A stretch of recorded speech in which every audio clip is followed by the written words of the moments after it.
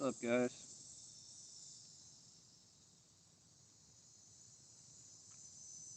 How you guys doing today? Big Matt, what's up, man?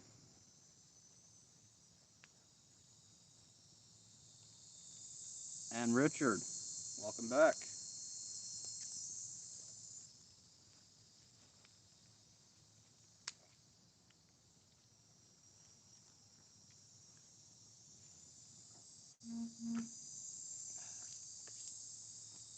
I'm just waiting for my fire to die down a little bit. Um, what I'm gonna do today is I'm gonna talk about E.D.C.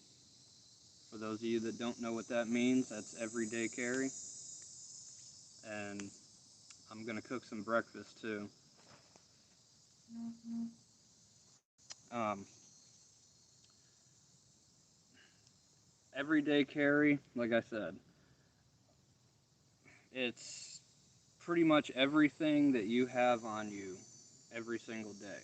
And you don't have to be a survivalist to have EDC. You could work at a hair salon or work in an office. Like, it doesn't matter. Anything that you have on you can be used in a survival situation, no matter what. Like, I haven't uploaded it yet, but I did a video yesterday where I was showing a drain ditch that was full of a bunch of old bottles, and there was a basketball in there. That's all things that could be used in survival situation. You clean out the bottles, you can boil water and, you know, collect your water and whatnot. The basketball, you can use that, cut it open, get yourself some food, store it in that basketball. Like there's so many things you can do with things that you never would have thought you could do these things with. But everyday carry. Uh, a good example of what I can, well, let me rephrase that. A good example of everyday carry for me would be, you know, this knife I have on me every single day. I don't leave the house without it. It's just my little beat up work knife. Um, and it doesn't even have to be like guns and knives. It could be anything. Like this necklace, if you could see it right, it's an anchor. Well, if you're in a survival situation, you can utilize this and make a fishing hook. Um, these glasses, yeah, I kind of need them to see, but I I can make do without them. You can you can bend the arms down and make another fishing hook. There's like I said, there's so many possibilities with stuff that you carry every day. Sorry guys, you know how my signal is out here. Um, what was I saying? So if you're not a survivalist, what kind of things would you be carrying around with you every day? Jewelry, your phone, your wallet, excuse me, your clothing. What can you do with these kinds of things? Well, your shirt. Yes, you need to have some kind of clothing, but you don't have to have every piece of it. Cut your sleeve off. I mean, you still have to boil it after, but you could use the sleeve of your shirt to filter water, get dirt and all that other fun stuff out of it. Like I said, you'll still have to boil it, but you know. What else? Oh, your wallet. Most people have credit cards nowadays. Sorry, rain. Most people have credit cards nowadays. If you don't have a knife on you, find a rock. I mean, you could make a knife out of the rock if you break it the right way, but not a lot of people know that, especially people that don't know much about survival. Use that credit card, get that rock, sharpen your credit card. You got yourself a little knife, so to speak. Um, your wallet. Most people have wallets that, you know, open up where you put your money in, things in there. Those are just a few examples, you know. There's there's so many things you could do with things that you never would have thought you could do these things with.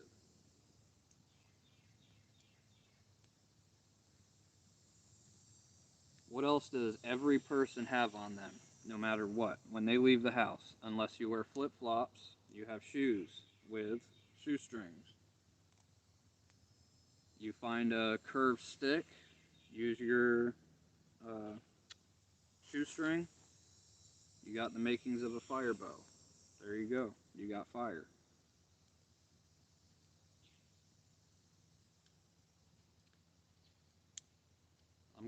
I know I'm not the funnest person to hang out with, but I'm gonna try to make this stream last as long as possible.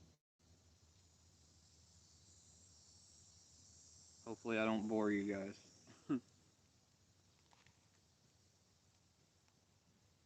Oh, I'm sideways? Oh, this phone, man, it makes no sense. Here, let me try something. Sorry about that, guys. Um,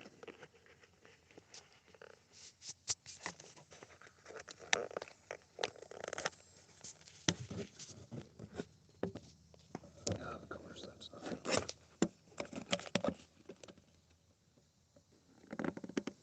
How's that? Is that better?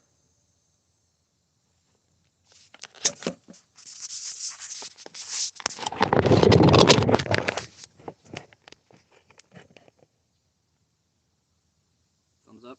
Good?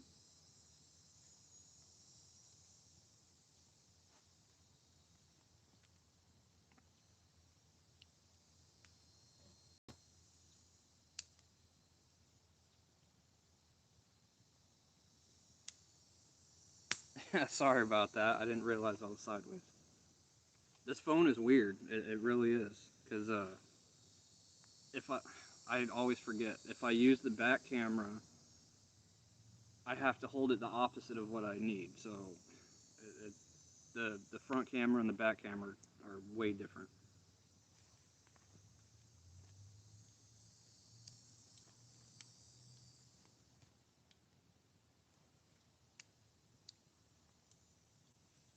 No Joey today. He's in school, so you guys are stuck with me.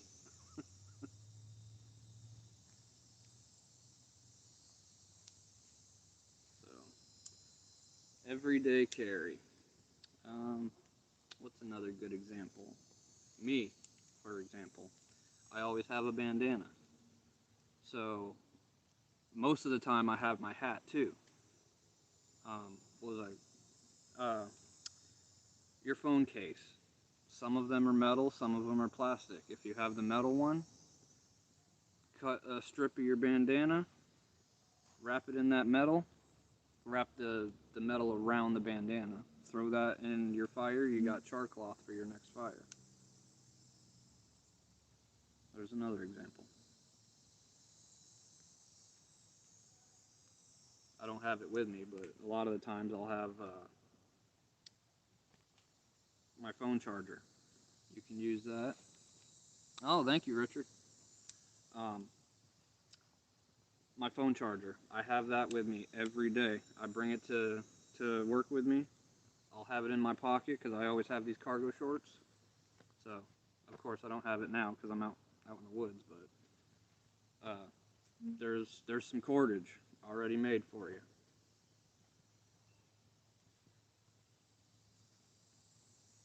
Just another one of those examples.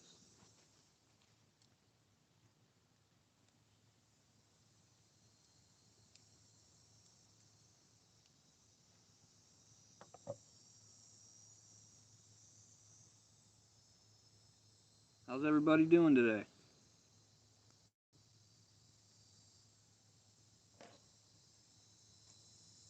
Hope you guys are having a good day. It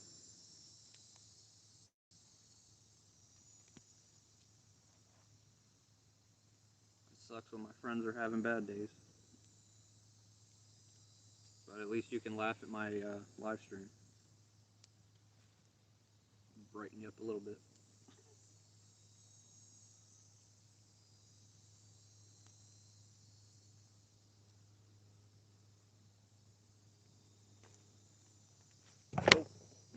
Sorry, this tripod is terrible. It's one of those cheap Walmart ones.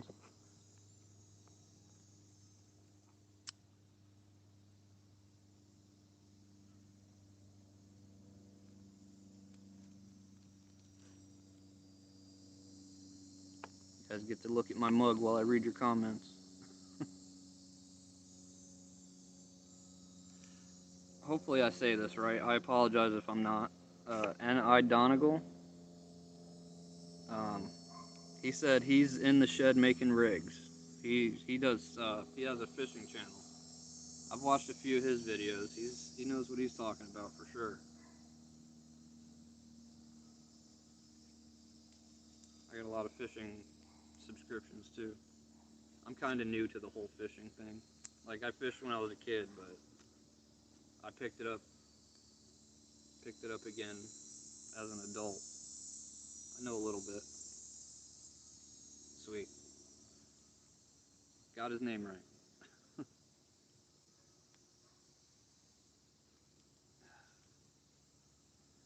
So for breakfast today, gonna make some eggs, some bacon. I got some raspberries, some blackberries, blueberries, and a couple strawberries. Nice healthy breakfast. And it's even better because it's cooked over the fire. There's no better way to cook food, in my opinion. I'll show you guys what I'm gonna do. This A-frame right here, I'm gonna turn that into a smoker eventually. So I'll be making a video on that.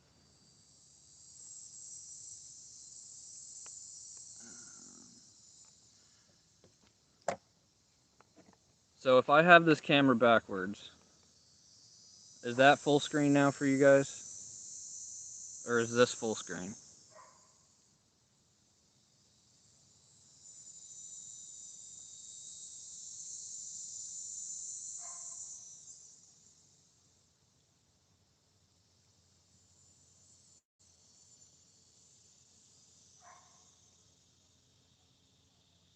So, like this, right? I just want to be sure because I'm about to turn it around and start cooking.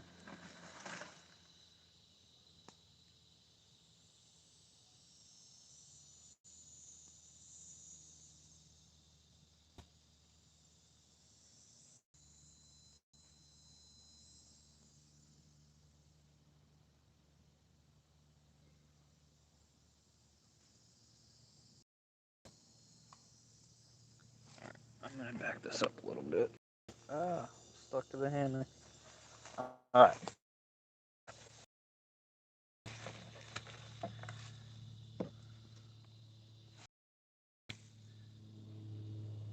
Okay, so... Sorry. Bear with me, guys. Alright, so like this.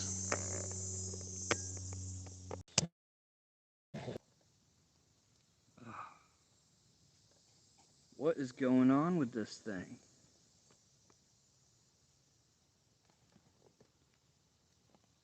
I just bought this phone.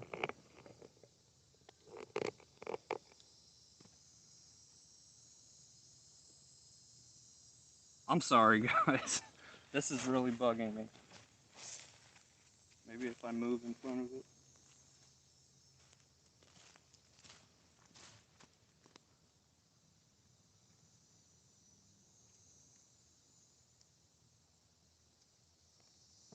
Thank you. Wow.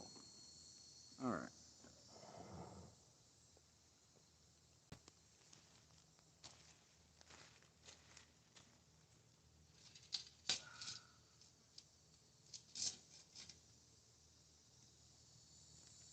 So, I'll go back and read your guys' comments in a minute. What kind of things do you carry every day?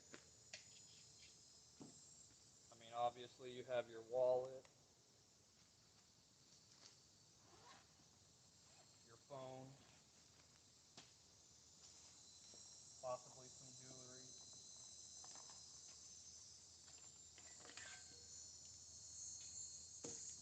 phone charger.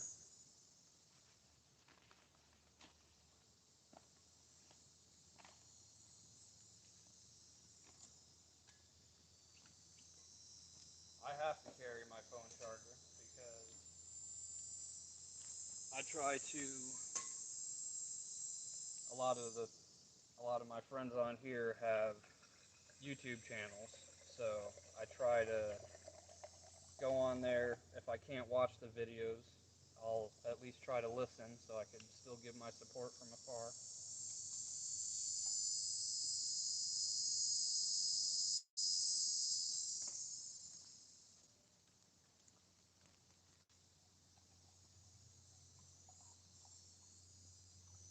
Oh, I can't wait for this coffee. I've been up for like 2 hours now, and I waited on the coffee so I could have it with my breakfast.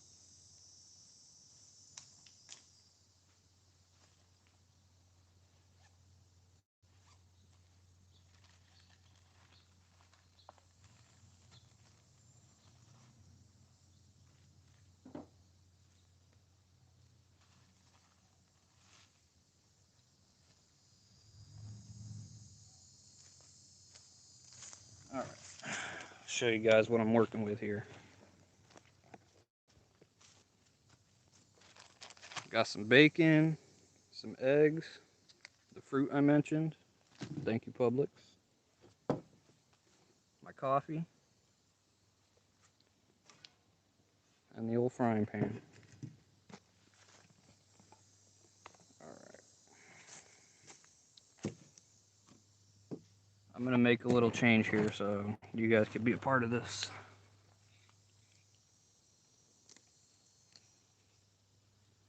Alright, so I need to remember when when I'm using my back camera, have it upright.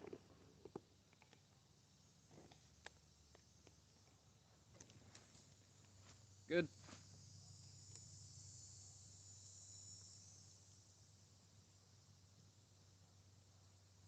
Let me catch up on these comments. Sorry guys, give me 1 second.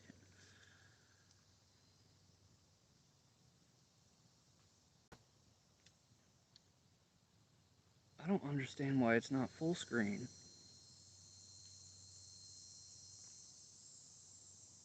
So if I ever make it to that point where I start getting monetized from YouTube, the first thing I'm getting is a good camera. Anything I make from YouTube, if I ever get to that point, it's all going back in the channel. I will not be using that money for bills or anything like that. It's going straight back onto the channel. Because this is annoying.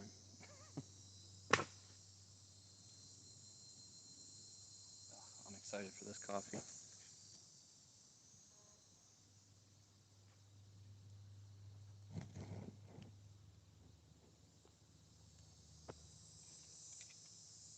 Trusty coffee cup. Oh yeah, so about this, the E.D.C. Have I missed anything? What about you guys? What do you have in your pockets every day? You you heard me with the credit cards. You heard me with the jewelry. I always have a wallet chain. I've been walking around with a wallet chain since I first got a wallet at like 15. You can use that for things. Use it for cordage if you need it. You know, there's many things you could do with certain things.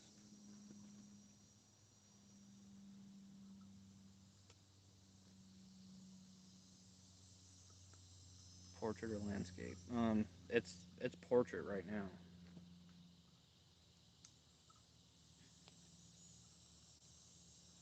NI says a lighter, e-cig, phone, money, and sometimes a knife. All right, let's go off of that. A lighter. Obviously, you have a lighter for fire. That e-cig, I was thinking about that today. If you know how to take that e-cig apart, depending on what it is, because I know they got like the square cartridges ones. Um, I'm talking about the long, like the ones that are like this. Those ones, if you have your knife with you, you can take that apart. Use it as a straw if you have a tiny little puddle of clean enough water. Um, you can Store some dry tinder in it if you can get it apart. What else? Straw, tinder store.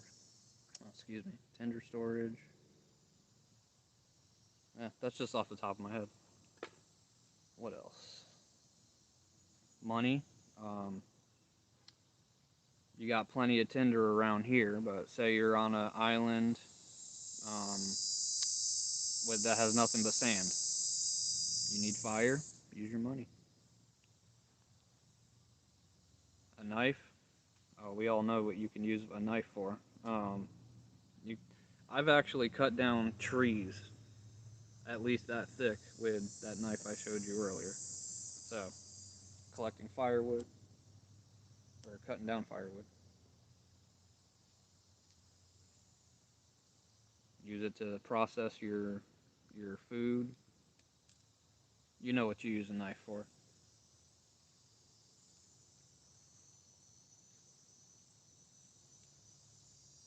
I appreciate you, I appreciate you all being here.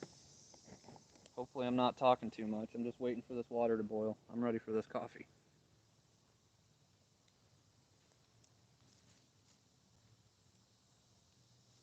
The last time I did this, I did it off camera, and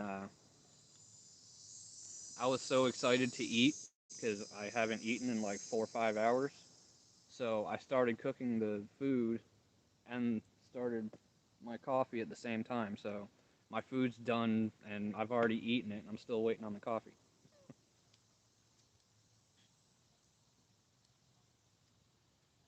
Thank you. And I says those are some good ideas. I appreciate that. One of the things I wouldn't necessarily say I pride myself on is when it comes to survival, at least, or fixing something at work or everyday situations. I try to think outside the box a little bit. Like, for example, I'm a cook, and in the restaurant I work in, we have this really big reach-in freezer.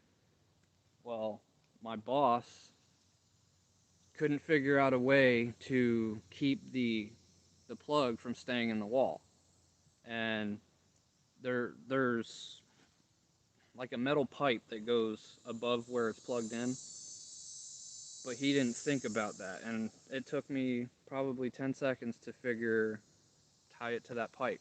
That way, when it gets bumped, it doesn't get knocked out of the wall.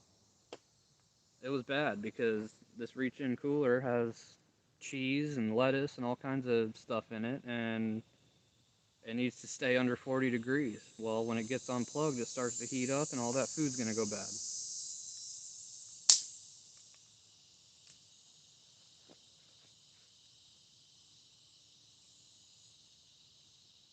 So I always try to think about like things that'll work, even though you don't think they would work. My mom said that she's been saying for years that I should be an engineer, but I don't know. I like what I do. I kind of want to get out of the kitchen, but I like the whole like survival thing. I like being out in the woods. I like building shelters and figuring out how to turn a pile of sticks into a fire or turning it into, I mean, both of my shelters here aren't finished, but turning that pile of sticks into a shelter. I pride myself in that. Like I said, they're not done, but that's because until recently, I haven't been able to come out here.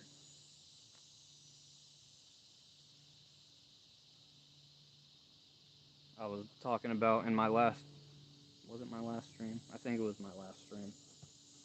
How I got the job that I'm in now, excuse me, and we're trying to figure out my schedule, and I didn't have a whole lot of free time.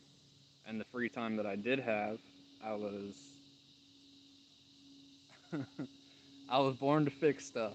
Yeah, I guess you could say that. It's a little bit in my blood. My dad has been a carpenter for 35 years, 35 years. And everything he knows, he taught himself. So I guess, yeah, you could say it's in my blood.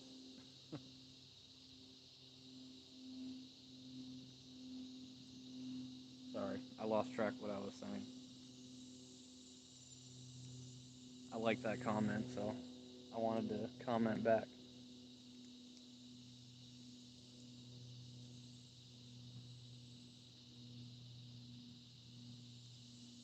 I know you have all these other YouTubers and all them. They say that they want to make a career out of being a YouTuber and all that. I I use YouTube as a way of teaching the things that I do know, um, because I couldn't think of another way. I would love to be like a survival teacher, survival instructor. Yeah, survival instructor. I would love to do that. That's like my dream job right there. But until I can do that, I figured make a YouTube channel, teach people the things I do know. I mean, it's my videos aren't always teaching because I do like the survival meals and MREs, other stuff that's not really teaching. Oh, like the product reviews. But that's because I don't want to get boring. I want to do different things so I'm not repetitive and you guys get bored of my content. YouTube is just my way of starting up, so to speak.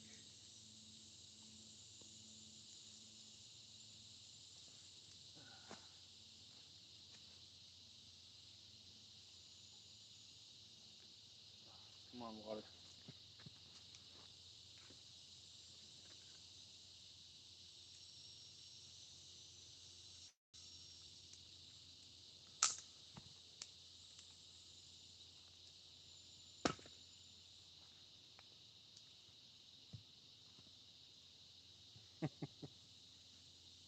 Watching E.D.C. Yeah, I know I've kind of drifted away from the E.D.C part of the conversation. I'll bring it up from time to time.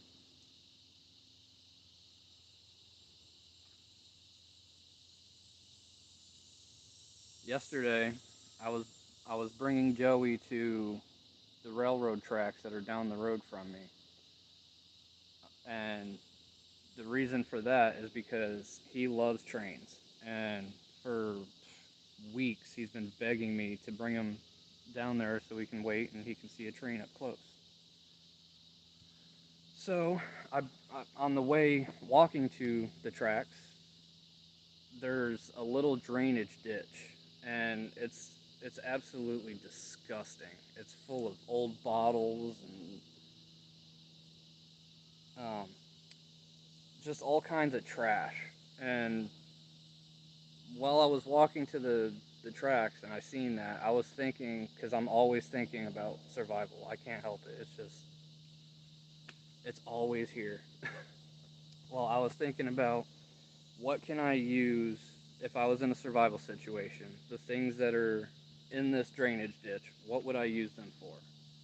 There was an old lighter, there was a basketball, like I said, countless. God, there had to be maybe at least 100 bottles. It's terrible. It really needs to be cleaned up. There was a small puddle of this disgusting water. It's terrible. But while I was standing there and thinking about this stuff, like I said, I was thinking, what would I use this stuff in a survival? What would I use it for in a survival situation?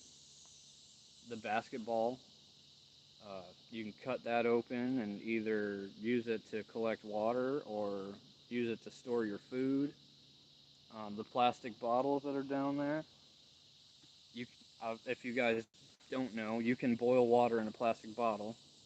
It's not the safest thing to do, but if you're in a survival situation, would you rather drink out of a bottle that you boiled water in, even though it's plastic, or die of dehydration?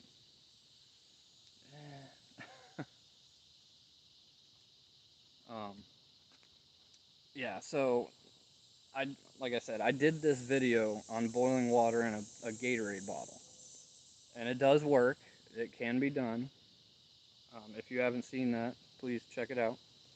Um, but yeah, it like I said, it's not the safest thing because you're boiling water in plastic, so all them toxins and everything, yeah, they get into the water, but it's in my opinion, it's better than the alternative.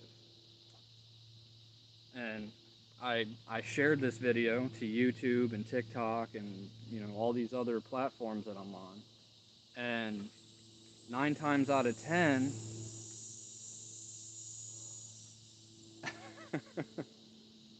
what's up, Astute? How you doing, man?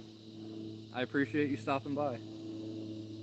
Um, brain fart. Sorry. Oh, yeah. I shared this video on all of them, and 9 times out of 10, the comments that I'm getting from people are, "That's so bad for you.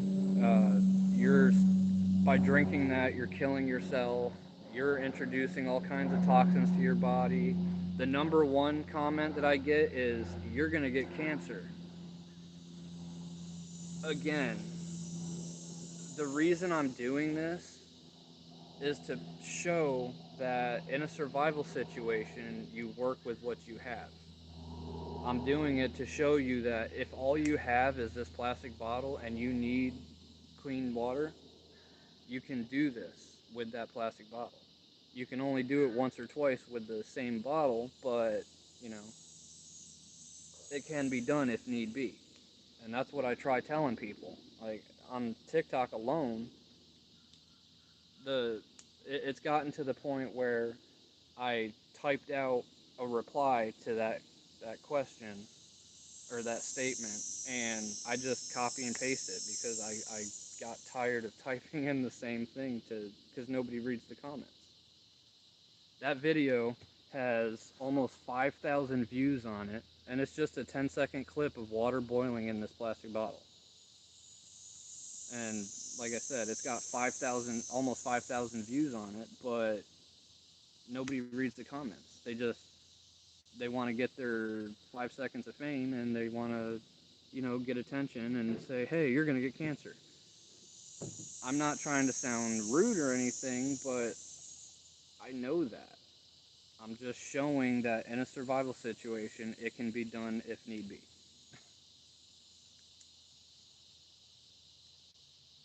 Oh, water's almost there. Oh, I can't wait. So ready for coffee. Can you tell I'm addicted to coffee?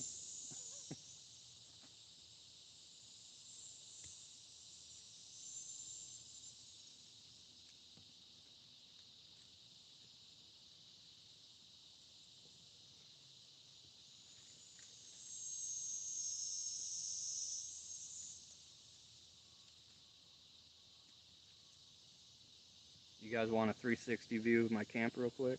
See what I get to look at when I come out here? I love it.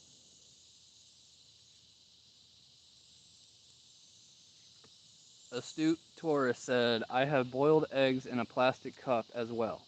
See? I'm not the only one. It can be done. Thank you. Thank you for your comment. It's sad because all of these comments, most of it is negative. There's been a few people who said that's paper cup. Sorry about that.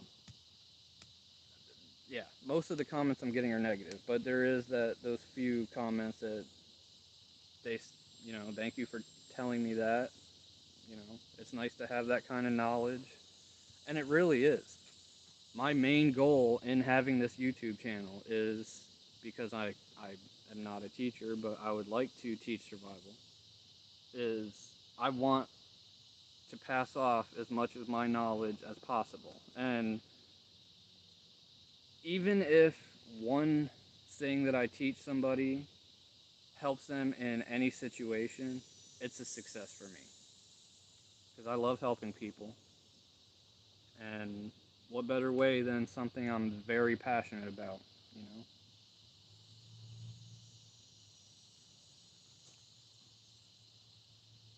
Almost. Almost.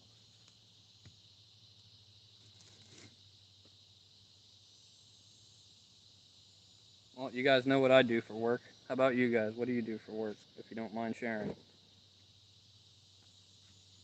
I'm a cook.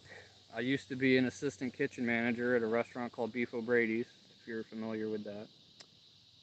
It's a sports bar, but I'm not in that job anymore. I'm working at a one of the I think it's the only drive-in left in my whole county. We serve burgers and fries and milkshakes and all that good stuff. It's like a 50s themed restaurant. So you go in there and you see a bunch of pictures of like Elvis and Marilyn Monroe and all that.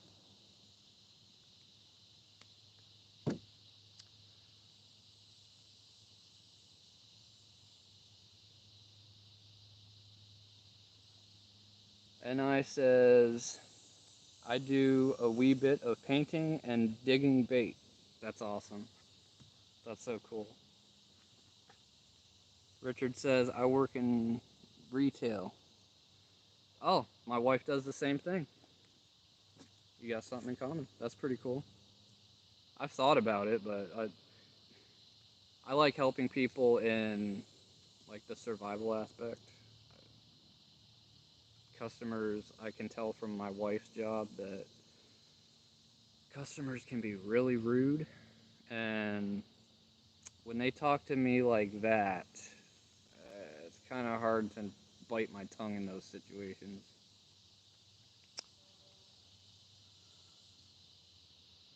The astute tourist says, so if you're in a survival situation and all you have is a plastic bottle to boil water in to make it drinkable, then that's what I'll use. Not worried about the plastic. Thank you. Because, like I said, if you have to choose between apparently getting cancer from drinking out of a plastic bottle or dying of dehydration, the general rule is you can, I mean, depending on the place you are and whatnot. But the general rule is you can only survive 3 days without water, from what I've read. So, would you rather only last 3 days and die of dehydration, or last another year and possibly get cancer? You don't even know if you're going to.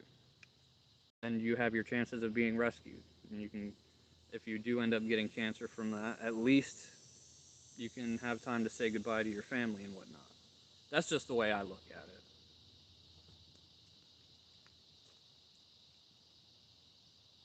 That's probably good enough.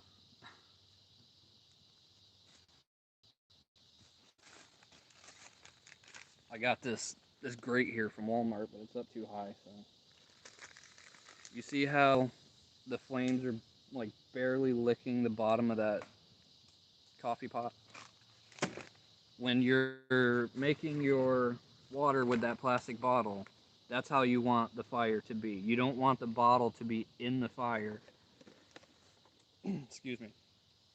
You just want the flames to barely be licking the bottom of that bottle. Because you don't want to burn the bottle. Just get it hot enough to heat it up.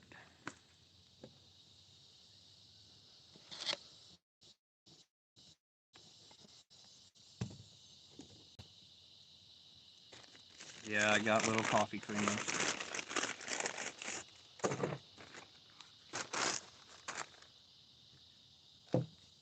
I'm not sure if any of you have seen my product review on this coffee pot. It's a yeah, I'm not going to touch that. It's a Stanley all-in-one adventure press, I think it was called. I don't know. It's been a while since I've done that review. But it works great. I swear up and down that this thing makes better coffee than my electric one at home. And all you do is boil the water. I like my coffee strong, so it's okay if I put too much in it. Just pour the coffee right on the water.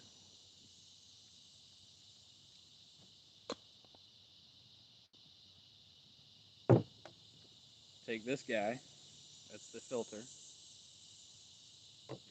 and keep touching that handle, it's hot. And then just press this on there slowly.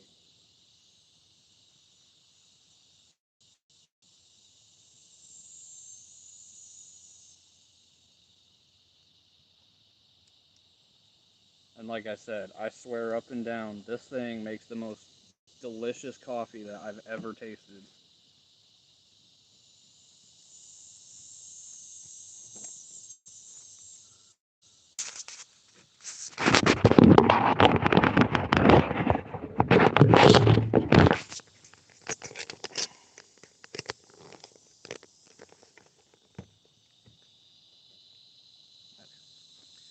Sorry about that. Phone fell right out of the tripod.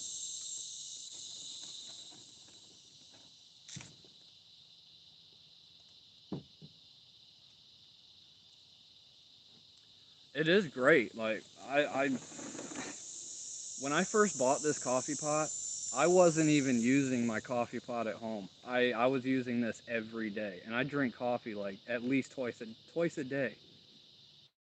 I'll drink a cup at work. I'll drink.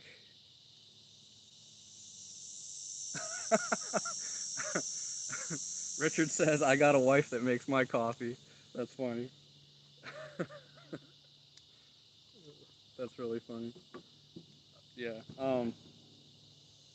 I'll be honest. I drink a lot of energy drinks, so I'll have at least one of them a day. I used to be when I was a teenager. I was really bad. I drank Monster religiously.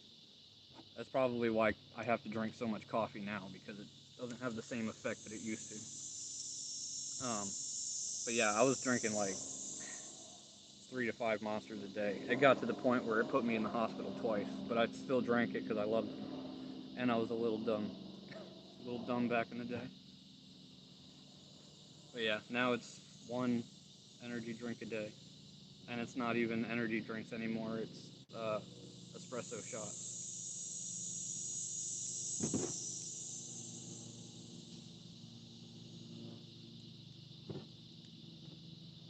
Yeah, I used to be really bad. My parents would get on me all the time. You need to stop drinking that stuff. It's so bad for you. Yeah, you're right. It is. Which is why now that I'm 31, I'm finally listening.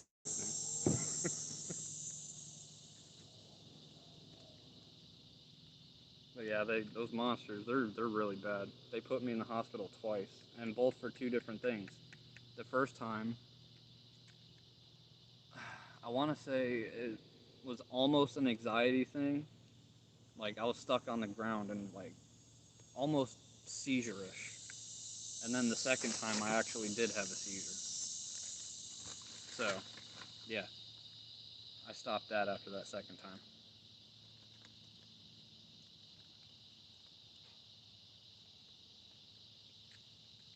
I try to drink more water too. I've been slacking lately, but I do try to drink a lot more water. And I've been drinking a bunch of green tea, which I know it's not water, but you know, antioxidants and all that.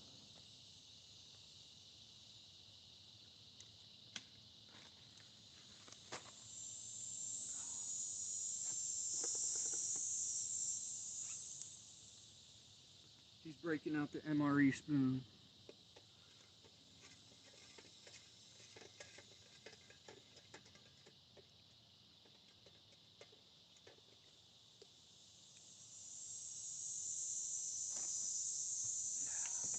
Read you guys' comments. I've been seeing it blow up a little.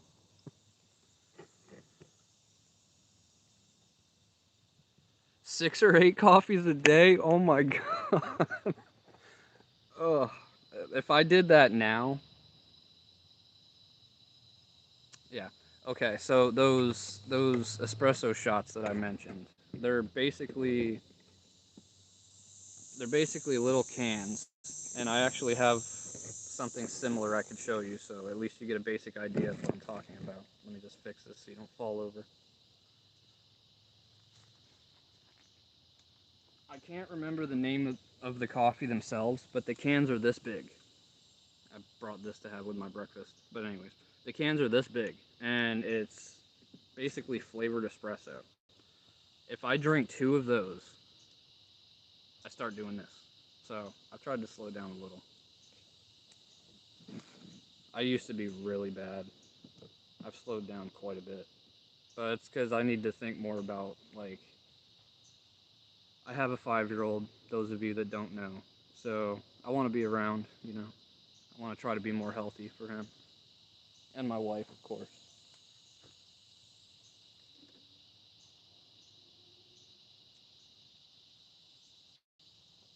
Oh, I couldn't wait for that. Couldn't wait for that.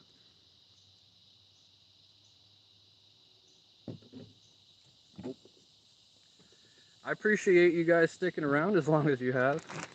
Like I said earlier, I'm going to try to make this the longest live stream that I've had yet. This stupid tripod is not holding my phone up.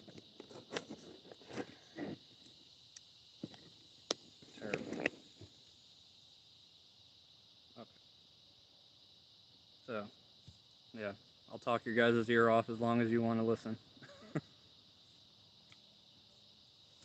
My fire's going on.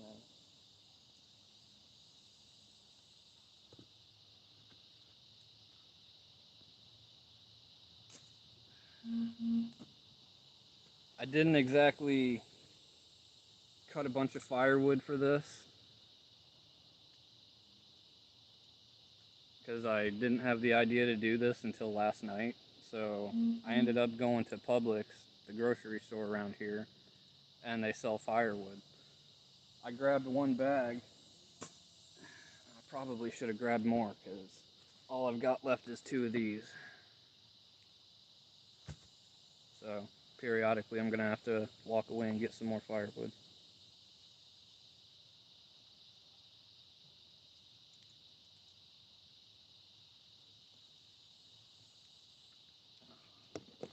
Give me 1 second, you guys.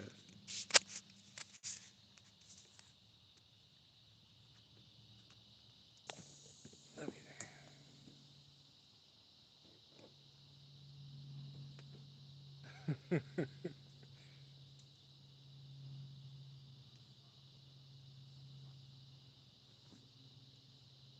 Love my coffee cup. Thank you.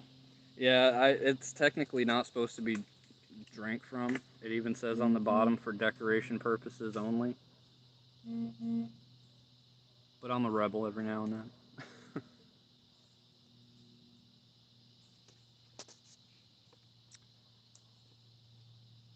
I had a coffee machine and it was getting too easy to make a drink. Then I wasn't sleeping at night, so I had to get rid of it. I can definitely believe that.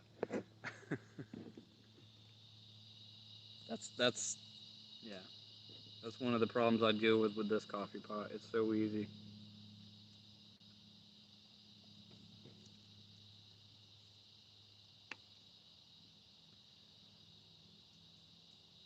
Astute Tourist says, I'm definitely addicted to coffee. I love it. Yeah. uh, I believe that.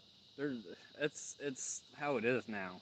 People, they work so much and deal with so many new stresses nowadays than, I mean, I don't know because I wasn't there, but from what I understand, people deal with new stresses now than what was dealt with back in the day. So you kind of need that caffeine kickstart. You know what I mean?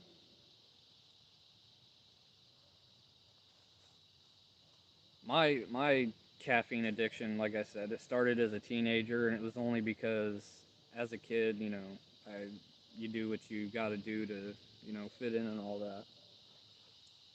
So my friends were walking around drinking monsters, and I'm like, hey, I'm gonna have one too. So yeah, eventually I started drinking them a lot, and it those monsters they put something in it to make you addicted because I wanted them all the time, and I could have been a brand ambassador for them. Actually, I could probably get in trouble. I got their logo tattooed on me. It wasn't the smartest thing now thinking about it, but I was 18 and that was my 18th birthday gift to myself is I went and got that tattoo on my leg.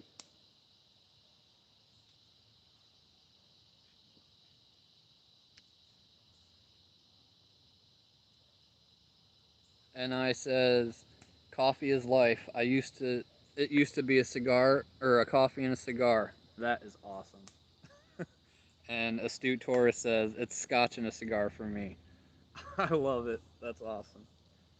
I've been wanting to try that. You know, sit on the front porch with a drink and a cigar.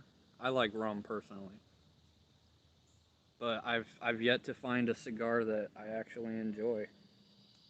If you guys have any suggestions, please let me know.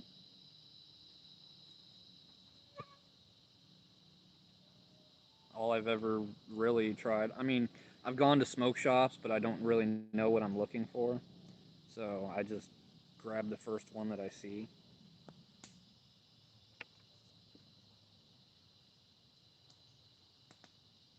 You ever drink Irish coffee and smoke a cigar?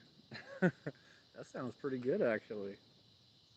The only Irish coffee I've had was, of course, the Monster Irish Irish blend. That's pretty good. It does. That sounds really good. Yeah, my go-to drink as far as alcohol, Captain and Coke, or if they don't have Captain, just rum and Coke.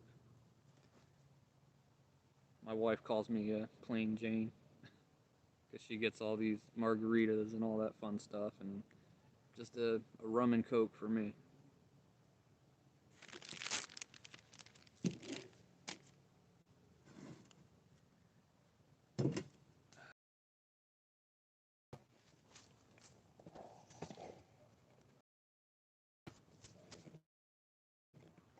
Um, I don't have a one of those tripods you can wrap around a tree. That would be very cool.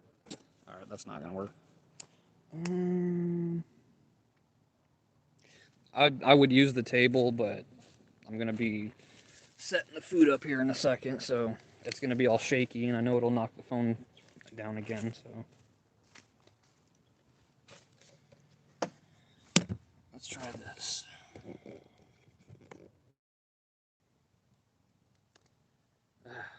Bad signal out here. Apologize. But yeah, what makes this bacon even better is it was free.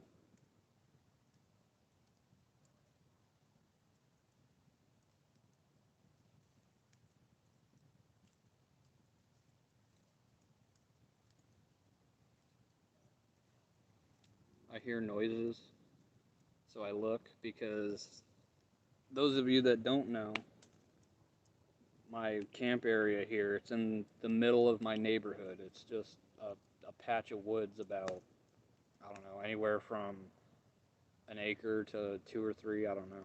I'm not really sure. But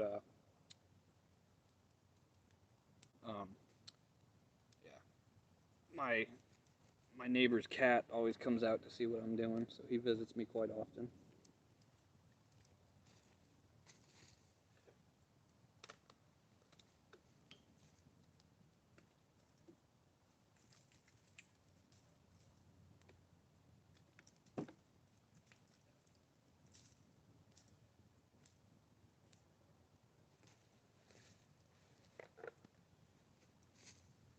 He's funny too, because my neighbor he didn't he's had this cat for since Christmas, and he never named the cat. So the cat's name is Christmas Kitty.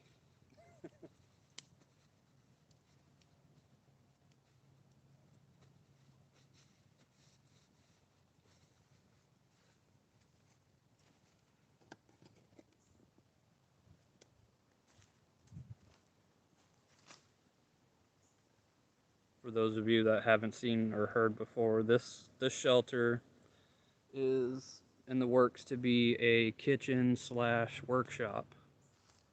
Then I got my table where I, you know, do all that fun stuff. I started this lean-to that, like I said before, I got COVID and I couldn't do anything out here for a while, so it's pretty much just wasting away. But I'm gonna eventually get back to that. My hammock, and then just a bunch of random. And then this spot right, you got that shelter there. This spot right here, I'm thinking about doing another shelter. I don't know what the purpose would be for it yet. But I was sitting here the other day looking at it, and I'm like, I should do something over there.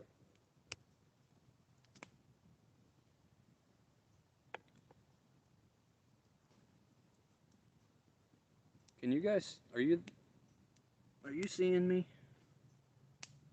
Or is my signal out again?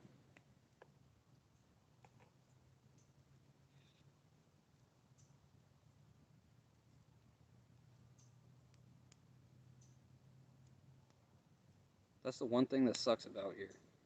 You would think being in the middle of a neighborhood, there would be good signal, but there's not.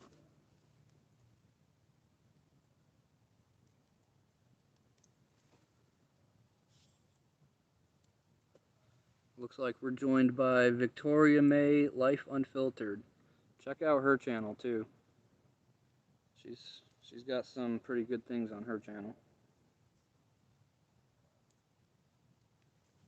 I don't know if I'm hearing Christmas Kitty or lizards.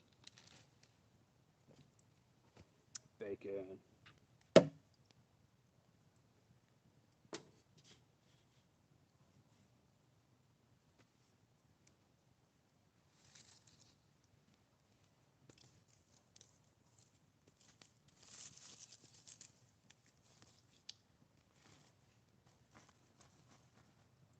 Do any of you in here know anything about smoking meat?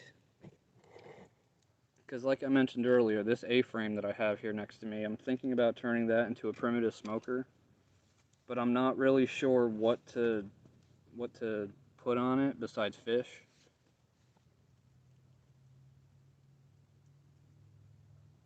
Yeah, smoking meat and canning. Those are things I want to learn.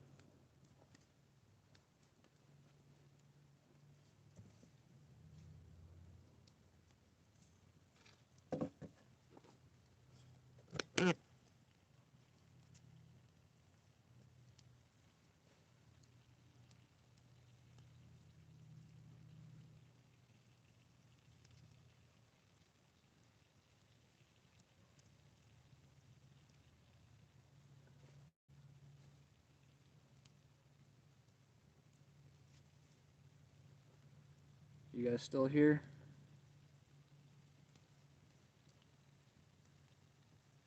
Can I get a thumbs up so I know you guys are here?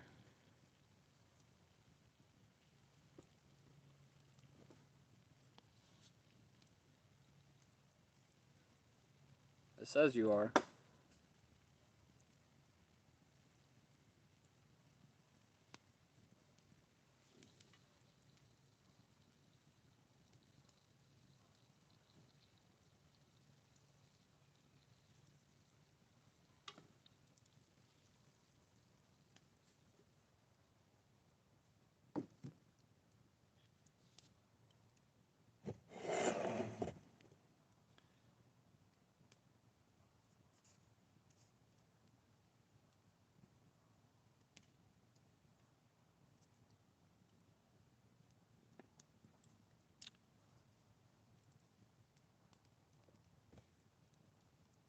I think I lost you guys.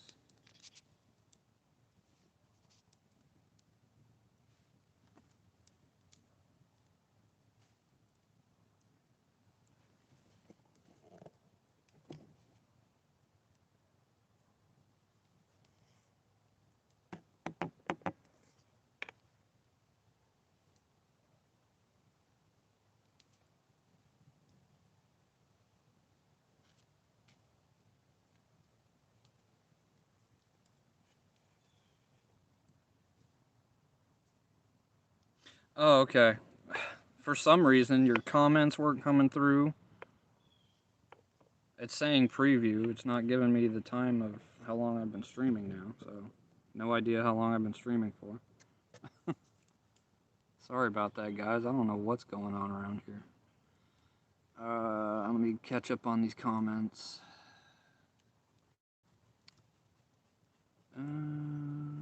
Oh, Wookie's here. What's up, man? Good to see you. Thanks for coming. Thanks for stopping by. Yeah, sorry about the lag, guys. This I need to figure something out with that because this is the area that I'm gonna be doing this, and my computer at home is gonna be where I'm doing my live stream. So I need to figure something out with that. Um, Coffee and smoking are habits best kicked when young. Yeah, I'm still a little young, but coffee, it's gonna be a tough one. I actually, um, like I said before, those of you that do know, Joey's 5. Well, before that, I smoked cigarettes like 9 years, pack and a half a day. And then when we found out that my wife was pregnant, I quit cold turkey. Never have not touched another one since. It's been 5 years since I've touched a cigarette. Um, yes, astute. I am in Florida.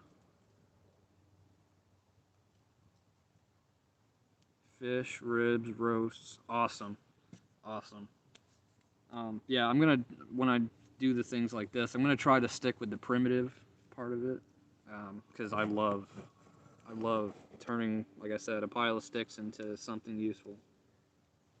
I've I've made a primitive fish trap. I have a video or two on that. Um, I've carved spoons to use. Didn't bring them out here with me, but yeah, I've made a couple spoons. What else? Um, this primitive smoker that I'm really considering on making. That fish trap, that was a task. I've seen like the show Alone. I've seen it made on there, and I've seen it on other survival shows. But they didn't exactly tell you how to make it, so I was just basing it off of the little clips and stuff I could find. I haven't caught anything in it yet, but I think that's my fault because the vines I was using I got from this area, and they were a mess to work with. They're covered in thorns, most of them, so I got to cut the thorns off to use them. Yeah, that was fun. Uh,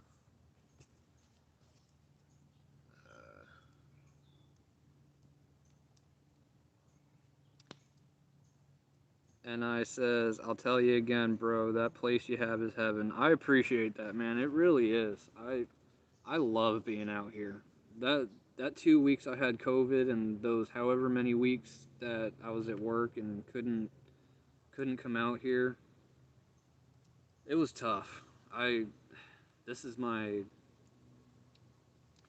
this is my getaway, so to speak. I know like I said before, it's just across the street from my house, but you know, it's the closest thing to being out in nature that I can get right now. As I've said, the area I'm in, it's surrounded by swampland, and it's all protected, and it's government property and all that. I'm literally right across the river from NASA, Kennedy Space Center. So everything around me is untouchable except this patch that I know of, right, this patch here. But I work with what I got. I don't know. I think I do pretty decent for what I have, and I enjoy it. This is actually the second camp that I've had in this patch of woods, because the first one, it was literally right when I walked into the woods. So that's where I set up my first camp, and this is back when I was still learning, so I didn't know about widowmakers. I built this huge. It never got finished because after this, I'll explain in a second. I built this huge shelter, but I didn't get to really use it because halfway through the build, I came out here one morning and there was a branch like the length of a car, and it was like that thick. And I wasn't necessarily worried about me. I was more concerned about Joey, because if that branch would have fell on him, it would have been bad.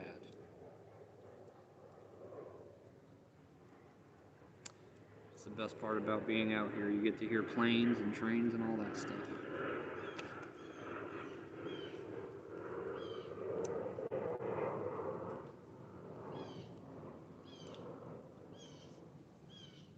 Take it easy, Astute. I appreciate you stopping in, man. Thanks for checking out my stream.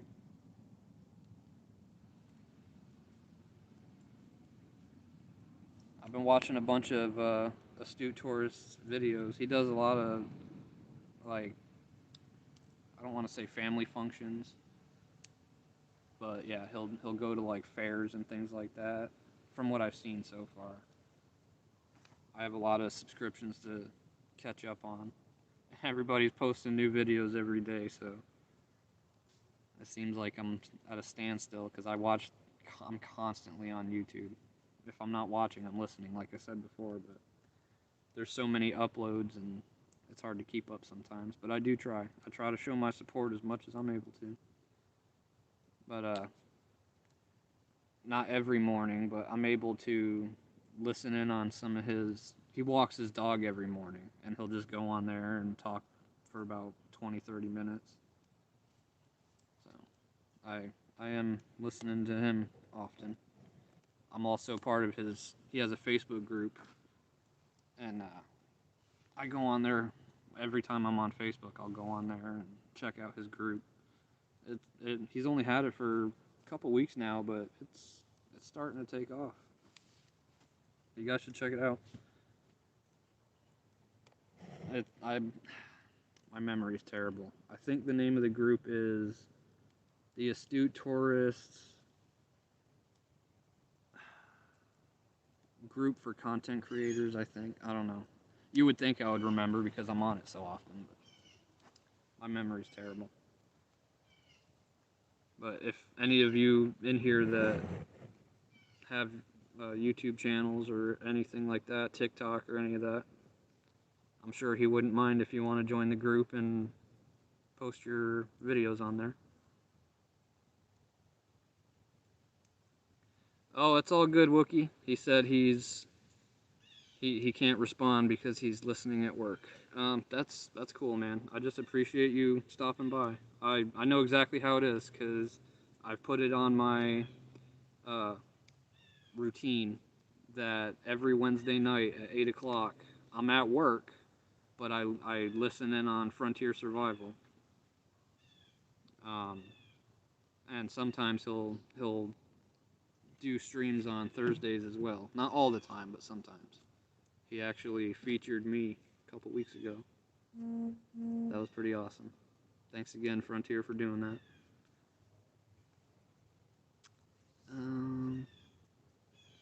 6 watching? Oh my god, that's crazy.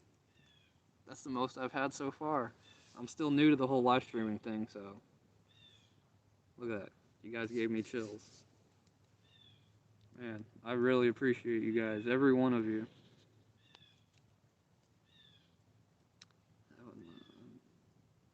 And I says, it's class. I would love to find somewhere like that to make stuff like that. It really is. If you love the outdoors, you need to have this. It makes me so happy to be able to come out here. And like, it's not even my land, but I got permission to come out here and do this. Because if it wasn't for them giving me permission, I'd have nowhere to do this. My backyard, but it's not wooded or anything. It's just a basic backyard. There's 2 trees in it, but they're so far apart I can't even hang up a hammock. But like I said in my last stream, the owner gave me permission. He said as long as I don't burn it down. I feel like I'm pretty safe out here as far as fires go. Other than, I don't want to talk about that.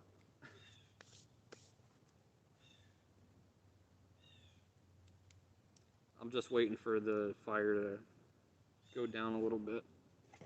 That's where it's at now. Oh, sorry guys. That's where it's at now. I just want to have coals so I don't burn my eggs and bacon.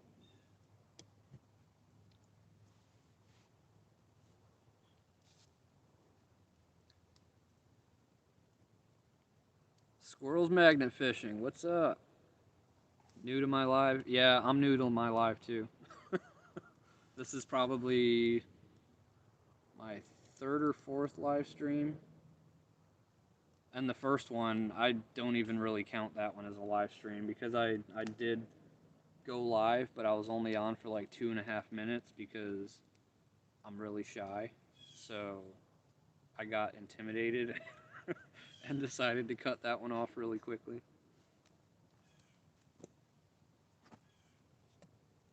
How outdoorsman are you?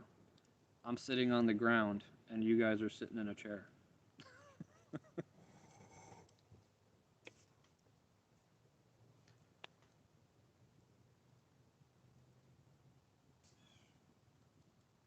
Just a boring fisherman? There is nothing boring about being a fisherman. Absolutely not. I disagree. Because you can make your own lures.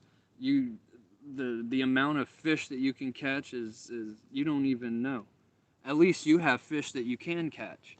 The river that I fish at here, I'm getting catfish, pufferfish, and stingray. Occasionally, like once every 6 months, I'll catch a trout that's like this big. What am I gonna do with that? I can't do anything with that. But yeah, no. No. There's no such thing as boring fishing. I no. No. I disagree. I love to work, don't get me wrong, but there's a quote that I live by, and my buddy Robbie lives by it too. The worst day of fishing is better than the best day at work.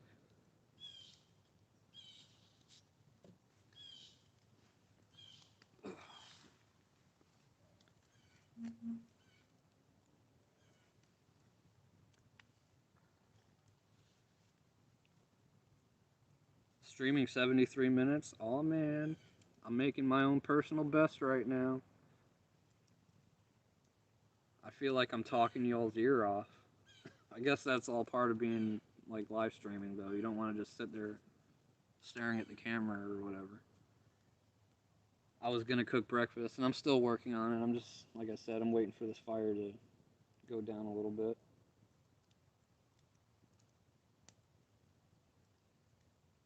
It's getting there. At least I have my coffee with a bug in it.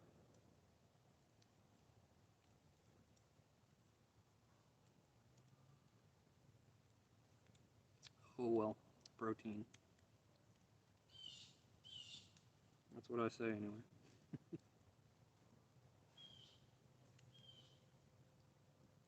I was talking so long, my coffee got cold. I guess that's a good thing if I'm going to be doing live streams. I need to talk much. Squirrel magnet fishing. He says he's on his way to work. Well, I appreciate you. I don't know where you live, so I don't know if it's uh, day or night, but I appreciate you stopping by before you go in. It means a lot. The fact that you guys are still here means a lot. It really does. If nobody was here, I wouldn't even be doing this live stream. I would just do edited content. That way I can cut out all the parts where I'm just sitting here not saying anything. Or the boring stuff. Like all them times I'm losing connection. That's so irritating. I need to find a spot around here that I don't lose signal, because then I can just leave the phone there. I was gonna set up my camera too, so I could live stream here with you guys on the phone, but I could also have that going for like background stuff, and I could, take pieces of that and make other videos out of it. But I got out here, I got the fire going.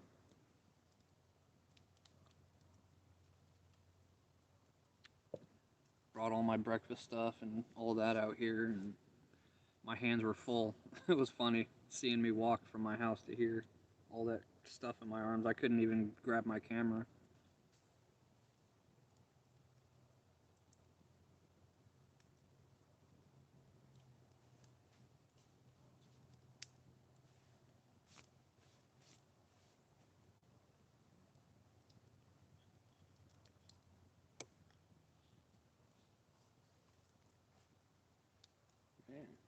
I usually Richard, you on the bottle? In about 2 hours, he's got a he's got a goal.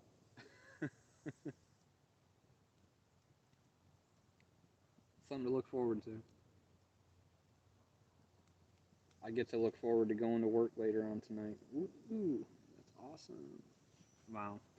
I'm not gonna complain too much because I do enjoy my job some days. Other days I want to strangle them all and walk out, but you know how that is.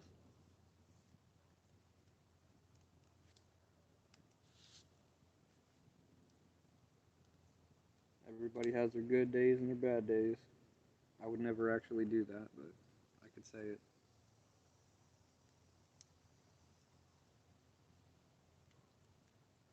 You guys want to see a survival trick? Give me a thumbs up if you do.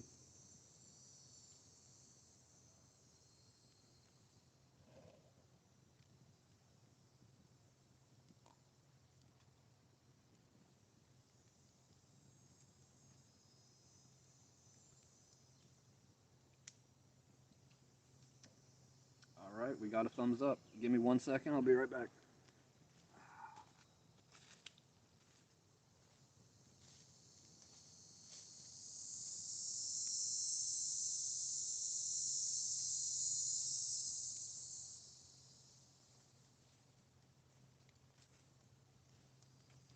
All right. So those of you that aren't really familiar with Florida, we have something around here. This. It's called Spanish moss. I don't know. I'm not really sure if it's anywhere else, but it's very. It's all over the place in Florida. I'm going to show you. Even though there's vines around here, you can use the vines, but from what I understand, making rope out of Spanish moss is much stronger than using vines. So I'm going to show you how to do that. I've only done it a couple times, so I can't say that the way I'm doing it is the right way, but it has worked for me.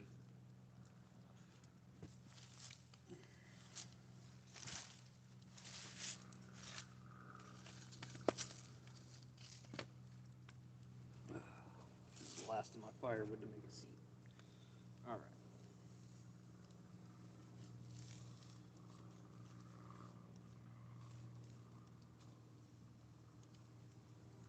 So I'm not going to do this all pretty and everything. I'm just going to give you a basic rundown, and I need to go grab some more.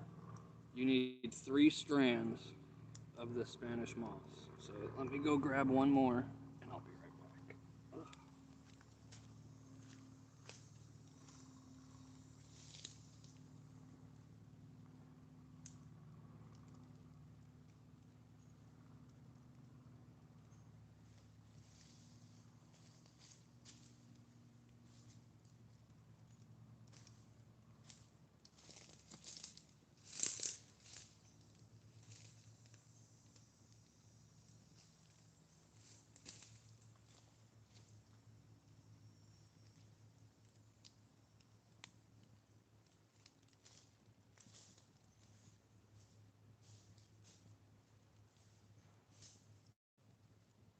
Sorry guys, I'm looking for a good strand.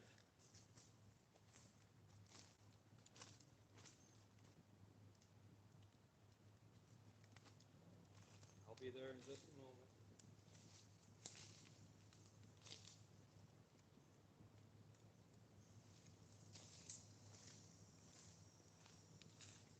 I'll show you what I'm running into. Like this Spanish moss is everywhere.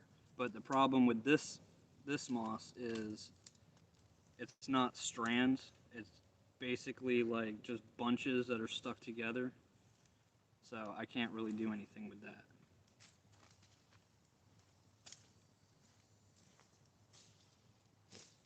I can, but it's not going to be as strong.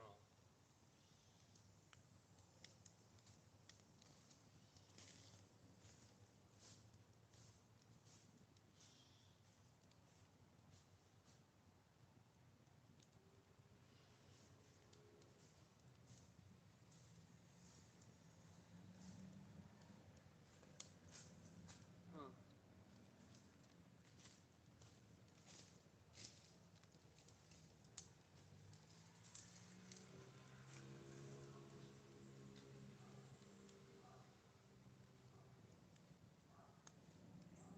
Oh my goodness. Alright, I can't find a third strand that's good enough, so I'll make do with this. Alright, so you got your 2 strands. Take both of them and tie them into a knot. When you do this method on making cordage, you really want to, what you want to do is you want to take the moss and soak it in salt water. And after you let it soak for a while, place it out in the sun and let it dry out, and it hardens. Basically what that looks like there. But this one, unfortunately, isn't totally like that. So, you got your end. I'll try to make this work. Take one side and just twist it. And just keep twisting it all the way. As much as you possibly can without breaking it. That's why when you do this for actual cordage that you're going to use on your shelter and whatnot, you want to do that trick with the salt water and the sun, because it, like I said, it makes it much stronger. As soon as I pull on this, it's probably going to break, but at least I can show you, the method of doing it while I'm waiting for this fire to die down. All right, so this side, you can see it's nice and twisted. Now take this other side and twist it in the opposite direction.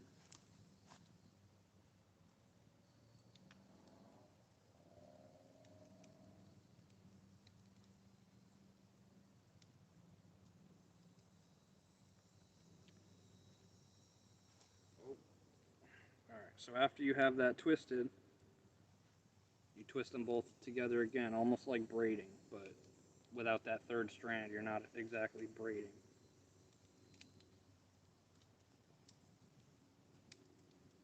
And eventually, you got yourself a rope. And I mean, like I said, it'd be much stronger if I did that salt water and sun trick, but you get the basic idea. It's pretty strong. Probably not enough for a shelter, but I can put some pull into that and it's not snapping. So there you go. You know how to make cordage out of Spanish moss now. Be careful though, because mites love hanging out in Spanish moss. So I didn't exactly look, I just grabbed. So hopefully there wasn't any mites in there. Oh well.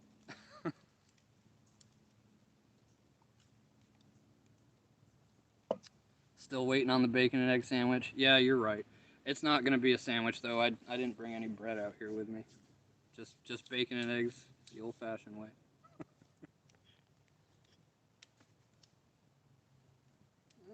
I should probably be okay now.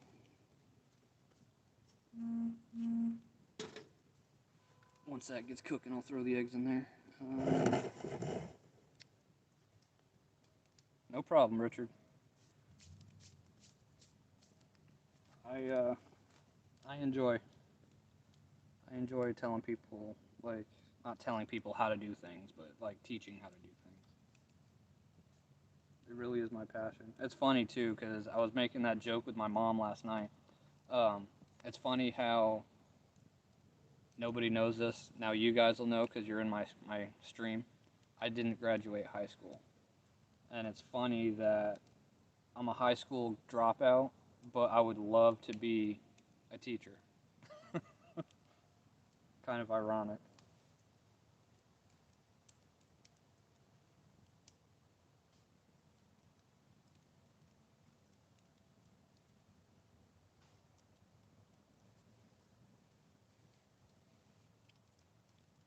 But that's one of the things I was talking to my mom too about is I I want to do these things to not only I just want to be the best that I can be. You know what I mean? Like I want to leave my mark, so to speak. But I also I want to be able to like give people the knowledge they need to help themselves if they ever find themselves in a situation where they need to know survival. One of my I mean this is a little off topic, but one of my idols is Les Stroud. And if you're not familiar with him, I don't know how long it's been. I want to say probably 10 years. I'm not positive though. He he was the host and still is, if they still do that, I'm not sure, of this show called Survivor Man. And when I was a kid, I stumbled across that show and I instantly just fell in love with the idea of survival. Like I was watching that show religiously and I would watch the same episode over and over. It didn't matter to me because he he does the kind of thing that I want to do. He doesn't just go out in the woods and build a shelter and get off my coffee. Big ants. Um, yeah. Sorry, mosquito. He doesn't just go out into the woods and build a shelter and eat some food, chop some firewood, and call it a day, like most YouTubers do nowadays. They're in it just for the subscribers and all that. I'm not. Like I love having subscribers. I love like having my channel, but I'm not in it for the subscriber count or the YouTube money. I'm in it because I want to teach survival. That is my all-time dream right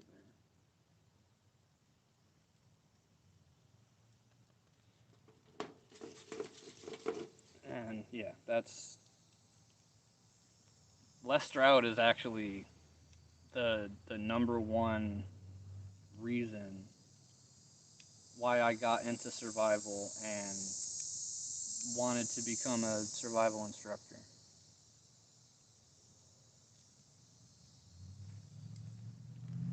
What's up, little guy? We got these little Florida lizards running around. One of these days, I'm going to do a video on them. You can eat them. It's going to be weird eating a lizard, but I'm going to do it for you guys.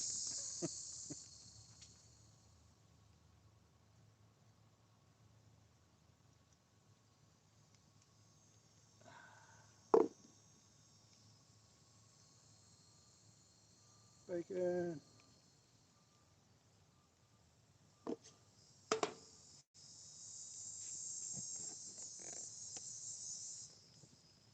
Bacon.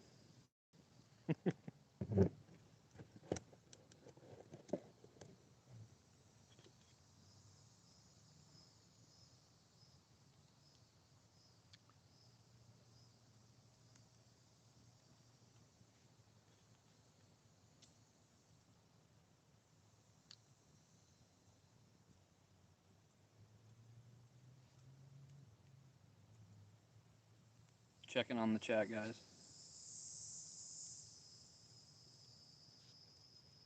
And the bacon's starting to sizzle.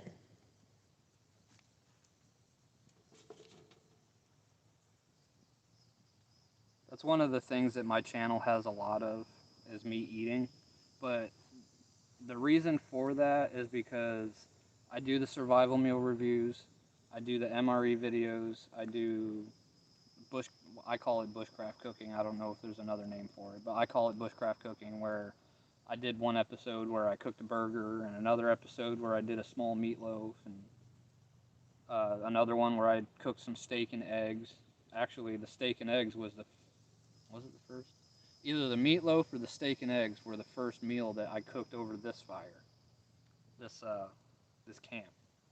I didn't even have the camp ready yet. I didn't have a table.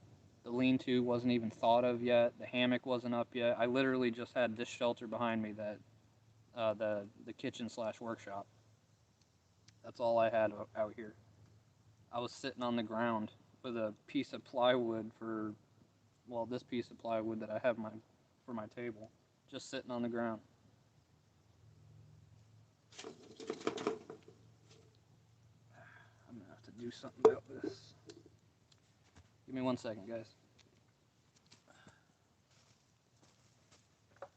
I gotta fix the grate that my food's sitting on. It's too high now.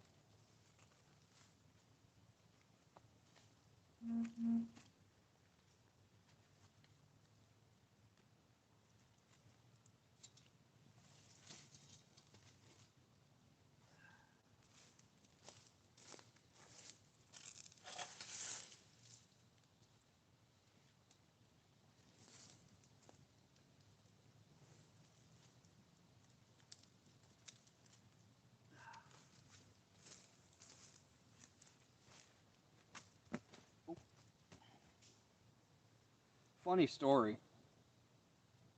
When I was clearing this area out for this camp, um, my friend Matt, that helped me with it, he's he's a soldier in the army now, so he doesn't get to come out here and hang out with me anymore. But he he actually came out here one day on his Christmas break, I want to say it was, and helped me clear this area out. Well, he's sorry if you're watching this, Matt. You know you're my best friend and I love you, but you are not the brightest crayon in the box. Because when he was out here cutting down these trees with me, let's see if you can see them from here. Right here, right here, over here, oh, right there. He was cutting these trees down, and he left all these tree trunks sticking up out of the ground, and they get tripped on a lot. I can get them out, I just haven't done it yet. I've actually used them to my advantage, but they still, when you're running around the camp and everything, they get tripped on.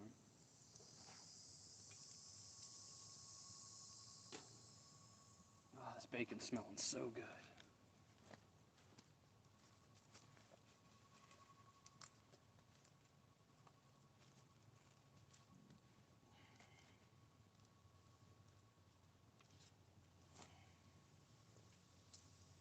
Oh yeah.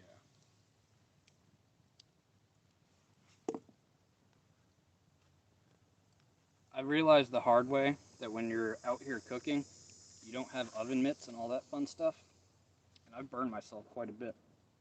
Because, here, I'll give you an example.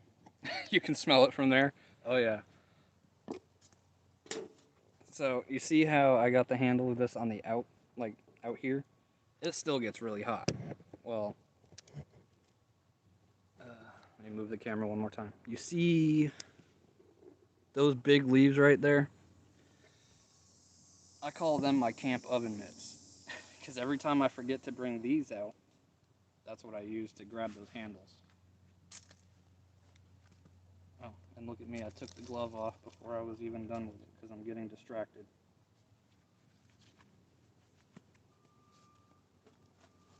They're not exactly heat resistant, but they help for a minute.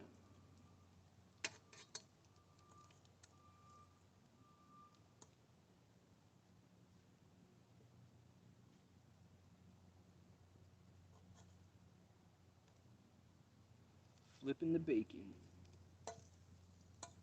I love it too because using this one pan like this, you crack your eggs into that pan and you get all that bacon flavor just infused into the eggs. Oh, my mouth is watering now.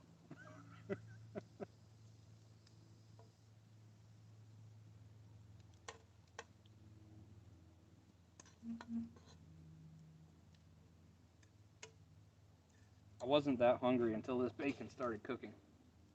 I was just enjoying my coffee and talking to you guys.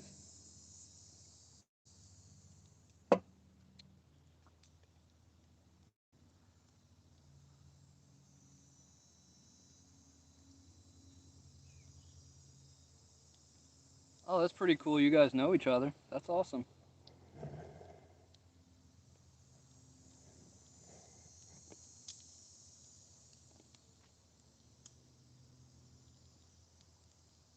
It's funny because like I kind of consider you guys my daytime crew, and then Frontier Survival and the Huntsman, uh, Big Matt, all them. They're pretty much my nighttime crew. I'm starting to get to know everybody. I'm still kind of new to the whole YouTube game, and I started talking to Huntsman about 3 months ago, maybe 4 months ago. So I'm still getting to know everybody. Slowly starting to come out of my shell a little bit, because like I said, I'm really shy. But it is really great knowing all you. It's awesome because I get to. That's one of the beauties of having a YouTube channel. Once you start to grow a little bit, you start to talk to people around the world. I got this one friend that I've been talking to. I've actually been talking to him for quite a while. I want to say almost a year. Rob's Bushcraft and Adventures. He's his uh, his channel's out in Australia, and like the shelters that he builds, they make mine look like birdhouses. All right, Wookie, you have a great day, man. I appreciate you being here. I'll talk to you again soon, man. He's a good guy, Wookie. Plus, it's fun saying his name.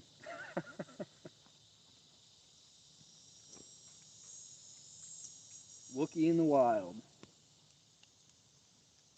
He just did a video on a vest that he wears that he keeps all of his gear in, and that is a great idea. I wear a vest every now and then too, but mine only has the two front pockets. His has all kinds of pockets. Ooh, bacon. Bacon. I need to get it off that pan.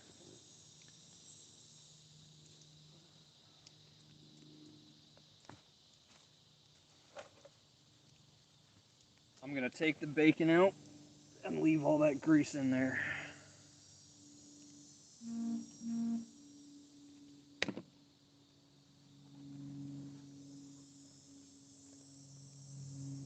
Oh man,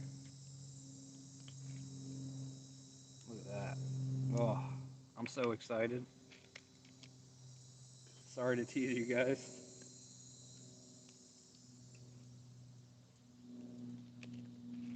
I'm not trying to, I promise.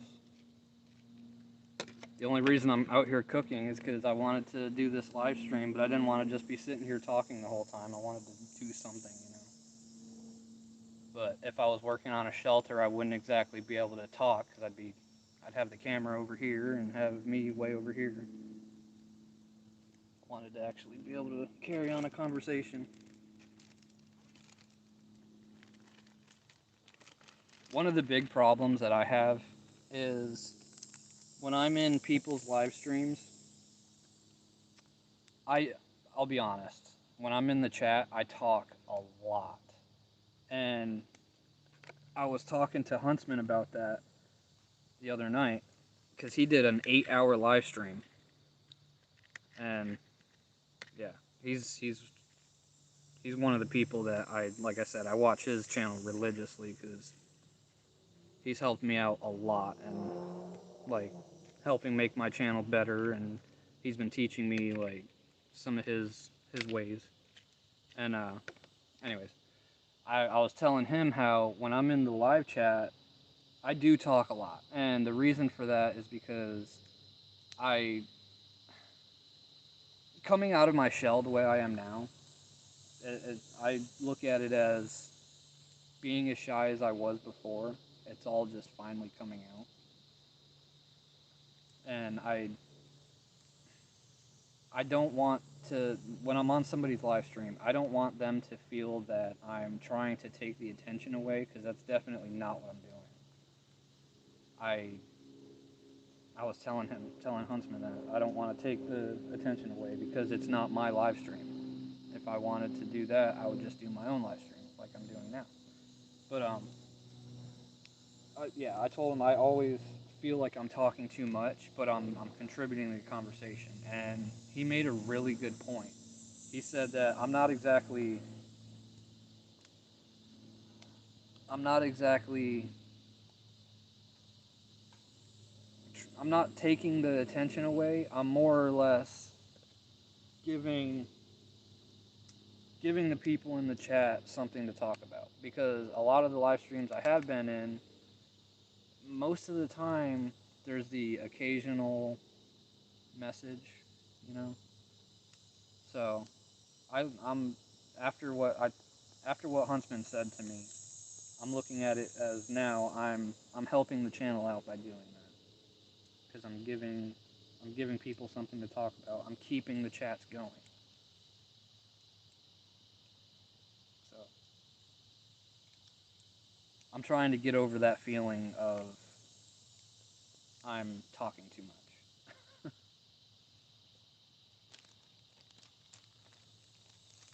But right now I am talking too much because my bacon's getting cold, and my bacon grease probably isn't even hot anymore because I got the pan sitting on the side.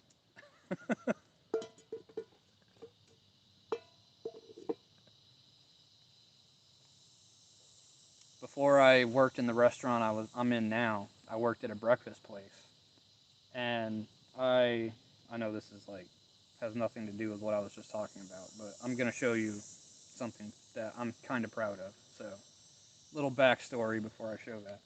I worked at a breakfast place, and before I worked in this place, I had no breakfast experience at all. Like I said before, most of my cooking experience was at Beef O'Brady's, which is a sports bar. So I was used to cooking chicken wings and burgers and all that stuff. So I went into this place, like I said, no breakfast experience at all. And I was only there for like maybe 5 months. I had to quit that job because that was a 35-40 minute drive from where I live. And as you all know, the cost of gas, I couldn't work there anymore. It was getting too expensive to work there. So I got this job now where I'm only like 7 or 8 minutes away. But one good thing I learned about that job. Give me 1 second. I learned how to crack an egg with one hand. Oh yeah.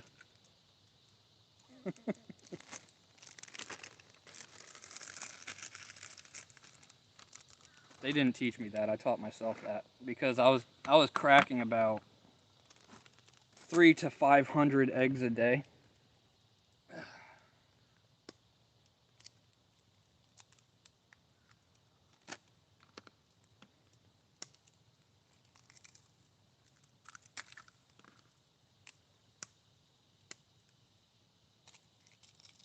Well, of course, that one didn't break the right way, and I got a shell in it.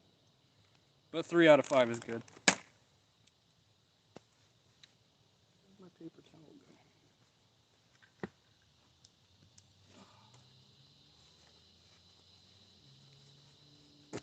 go? Oh, that would have been nice, kicking a bunch of dirt into my food.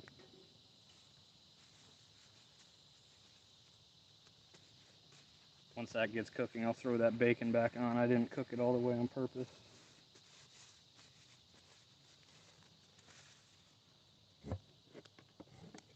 You guys want to look at me, or do you want to look at that? Oh.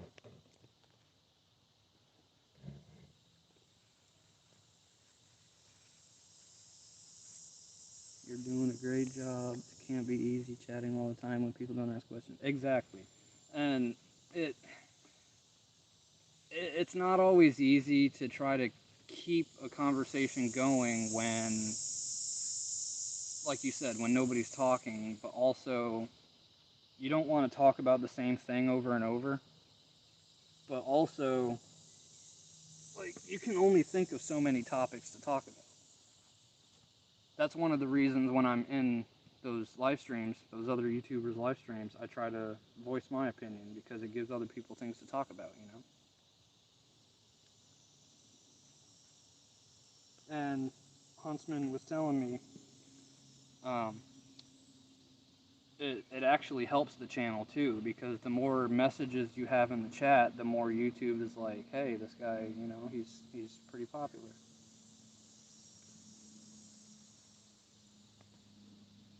If you guys get a chance, definitely go check out the Huntsman. He's released his I believe third channel today. Yeah, I think his third channel today. But that one, he does video gaming, so that channel is gonna be pretty much gaming, but the other one's outdoors and like live streaming like I am now. So that's a great idea. I think that is a fantastic idea, because you can intertwine the two channels, but you also can have one channel about one thing and another channel about another thing. So your opportunities are endless. He has so much going into his channels right now, and I'm very impressed, and that's putting it lightly. I am very impressed. So if you're into video gaming, go ahead and check out his other channel. If you're into outdoors, he has his main channel that he does that, and his live streams. His live streams are awesome. I make it a point to see those every week too. But fortunately, his live streams happen on my day off, so I'm able to make that happen every day.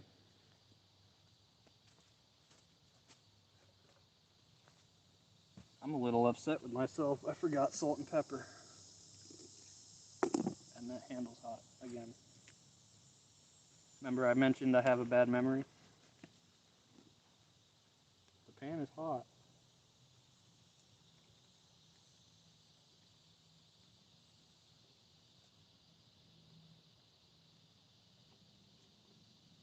I also forgot to put butter in my pan, so now the eggs are sticking. Things to remember when you're live streaming.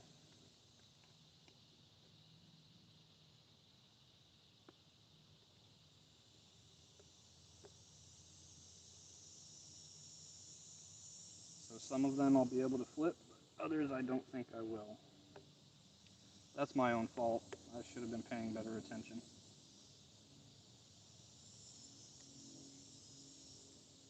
Yep, I broke a yolk. Man.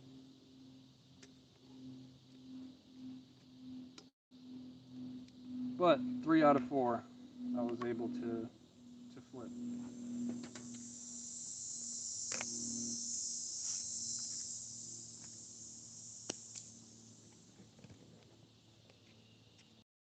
Look at that mess. Hopefully it tastes better than it looks.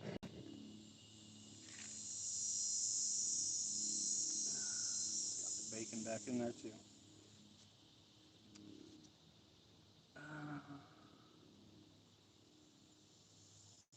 Oh yeah.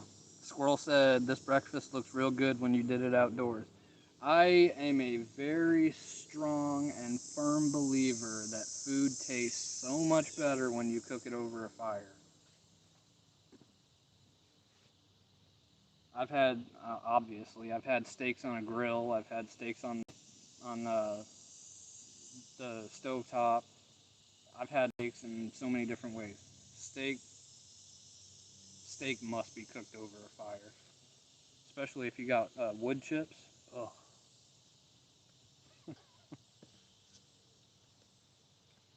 There's only 2 topics to talk about in my world: whiskey and fishing. Hell yeah.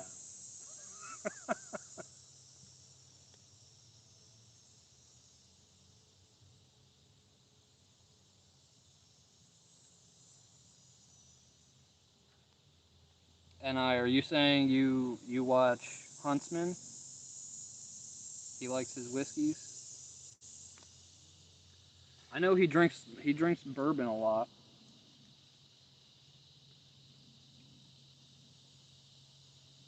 So there's one live stream. Well, let me rephrase that. There was a lot of myths about YouTube going around. Oh, so you know Huntsman. Yeah, he's a great channel. Great channel. I think I overcooked my eggs. Oh, that's okay. Whatever, I'll still eat it. Um, there's been a lot of YouTube myths going around about saying the word subscriber in the chat and uh, basically outdoor activities. I don't know for sure. This is just what I'm gathering. YouTube doesn't want outdoor activities on there anymore. Like even fishing is considered animal cruelty to them.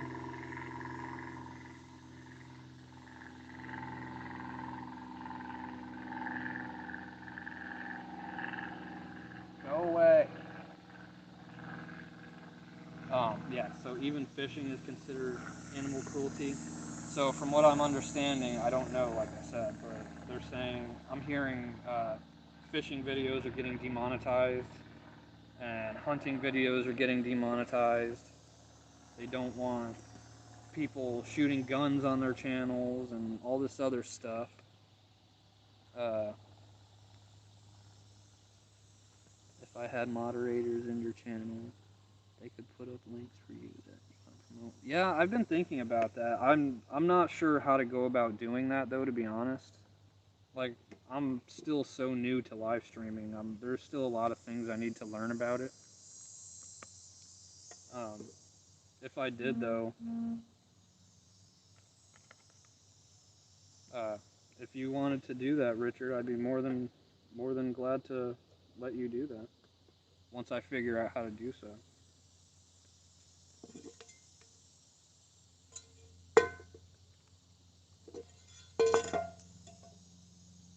You seem like a good guy, and oh, that's awesome. You seem like a good guy, and I don't see you hurting my channel.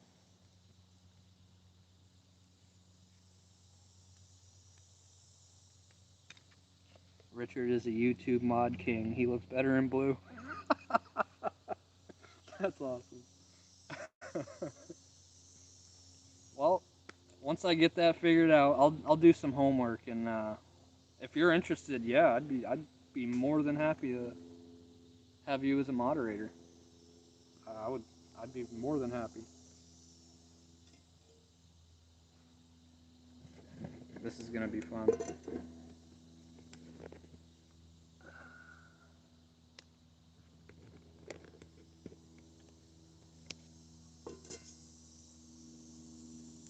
Yeah, baby. Why waste the bacon grease? I'm done cooking, that's why.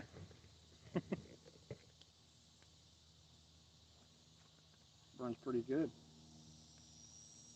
Should put that into a video. I'm actually in the works of doing a fire starter video. Um, I I've been collecting um, dryer lint, and of course I have those Bigfoot Bushcraft um, fire plugs.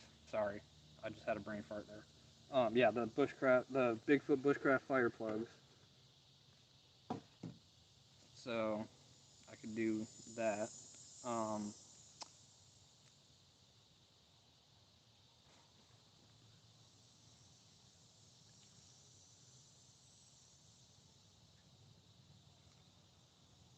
touch the name of the person who you want to be a moderator when I press the three little dots. Okay.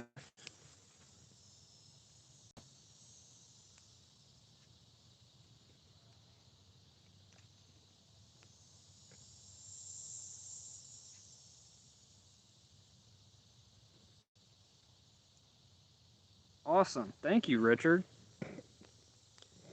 Man, I learn something new every day. See, I'm teaching you and you're teaching me. That's a good deal. I appreciate that, man.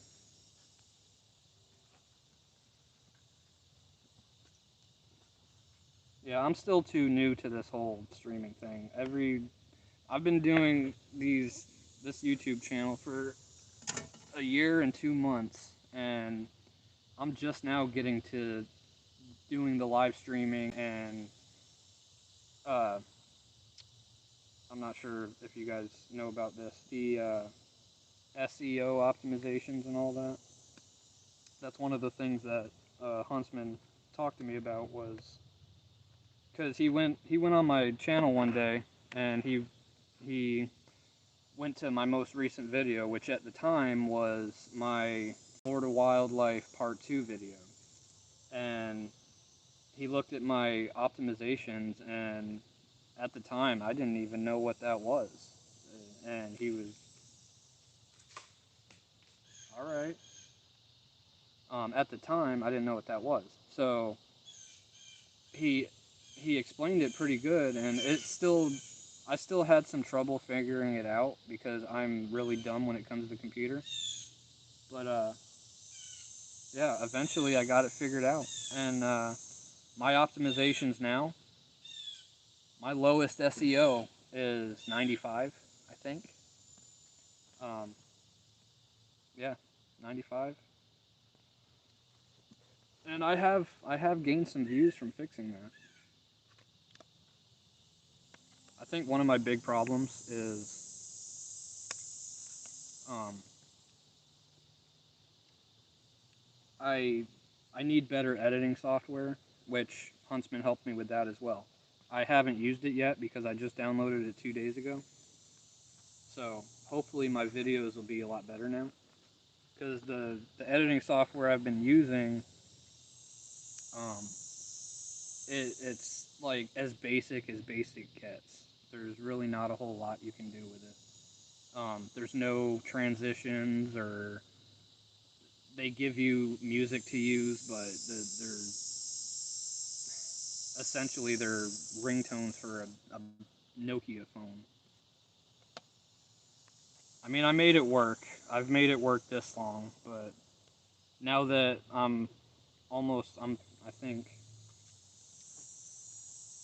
think I'm 3 away from having 200 subscribers. So now that my numbers are going up, I want to be able to produce better content for you guys. And to be honest, I didn't even think that I was going to make it to 200. Because this whole thing is just a hobby to me. But if I make it somewhere with it, then I'll be happy with that. It's a hobby that I hope can one day pay off, pretty much. But I don't want to. I don't want it to be a. I'm a YouTube. I don't know what I'm trying to say. I don't want to be on YouTube forever. Like, I want to be on YouTube, but my main goal is to one day be a survival instructor. I want to take people out and show them like wild edibles you can eat. And sorry, I'm talking with my mouth full. Show them wild edibles you can eat and how to build shelters and whatnot. I've actually had this idea that I don't know how to go about doing it, but there's a lot of homeless people in my area, and I was thinking of starting a fundraiser to be able to get a bunch of tarps and paracord, and I get the homeless together and I show them 3 different styles of tarp shelters. So literally all they would need would be the tarp and the paracord. But of course I can't buy all that, which is why I would go about with the fundraiser. Um, oh, the thing with that though is it was brought to my attention, if I did do that, then there would just be tarps everywhere. And yeah, I don't want to go getting them or me into trouble. I was looking at it in the I'm helping people perspective, but yeah, I don't want to get them or me in trouble. All right, let me catch up on your guys' comments.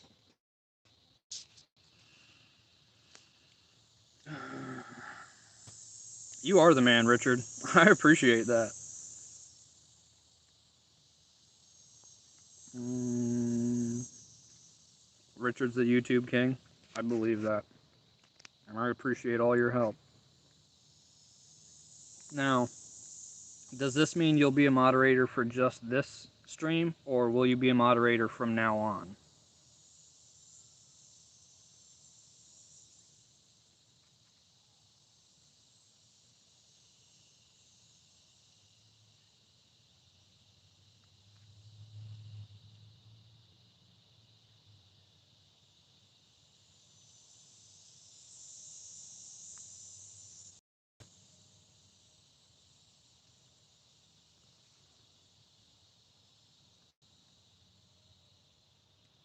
Okay, so he's from now on. Awesome.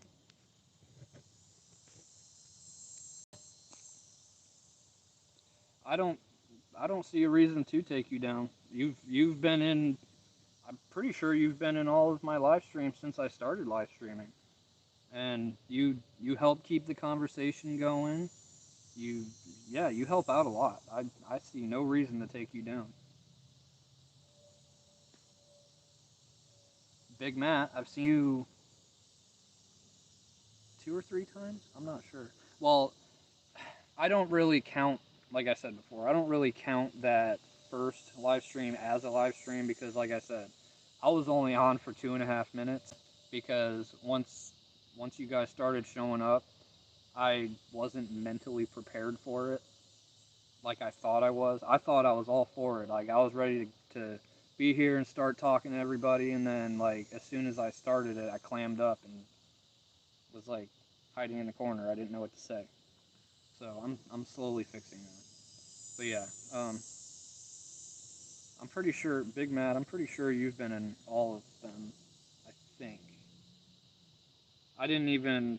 I wasn't even able to go into the chat on my first live stream because it was so fast and I didn't even get a chance to read it. So I'm not sure, to be honest. I'm not sure who is even in that live stream.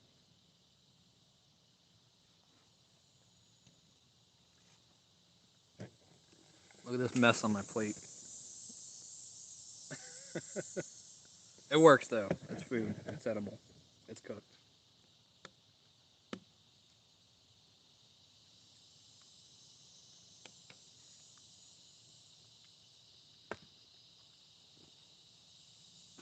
I'm trying to think of a Halloween special that I can do. Not a lot of people know this yet, but I'm going to be a pirate for Halloween. And because I'm an outdoors channel, I want to do something pirate related, but I also want it to be outdoor related. So I've been racking my brain. There's a bird above me and a squirrel. I've been racking my brain trying to figure out a way to like intertwine the two, but I can't think of anything. Um, yeah, I can't think of anything. I I do want to do a video eventually when Joey's old enough, and you know I don't have to not necessarily make my wife Crystal have to parent him by herself. I don't know any other way to explain it. Yeah, like I don't know how to explain it. But once Joey's old enough and he's more self sufficient and can take care of himself and it's not so much on Crystal, then I want to do an overnighter or maybe a 2 night where excuse me, I go out and I'll go with 2 items: a cooking pot so I can have clean water, and my pirate sword. Which, if I do bring that, then I need to get it worked on because I've had it since I was 16, so it's pretty beat up. But yeah, just those 2 items. It's gonna be rough, but I'm sure I can manage. I know how to make cordage. I know how to build shelters. As long as I can find water, and you can go, you can go so long without food. So I'm not necessarily worried about the food. I'm gonna try to find food, but that's the last thing to worry about. When you're out there in a survival situation, you want water first. Frontier, what's up? Thanks for stopping in. It's funny, it's a little opposite. Tonight it's going to be opposite because I'll be listening to your live stream while I'm at work and you're listening to mine while you're at work. That's funny. Um, that's pretty funny. The shoes are on the other feet. But yeah, when you're in a survival situation, you want to find water first. I'm sure I don't have to explain all that because most of you are outdoor enthusiasts, so you already know. But for those of you that aren't, your two main things: water and shelter. Like I said, you can go a few weeks without food. You don't want to because it's gonna hurt, but you know you can if you need to.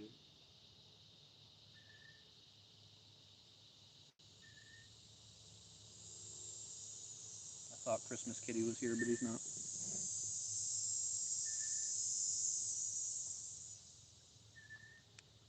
Yeah. This is what I get to look at when I'm laying in my hammock. I love it. I love it out here.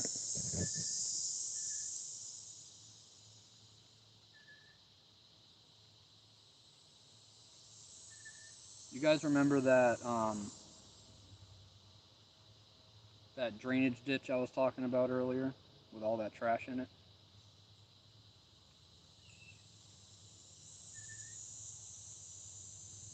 If you guys want to see that, I'll make squirrel is going crazy. I'll make it short so I can show you what I'm talking about. At least you'll have a visual of what I'm talking about.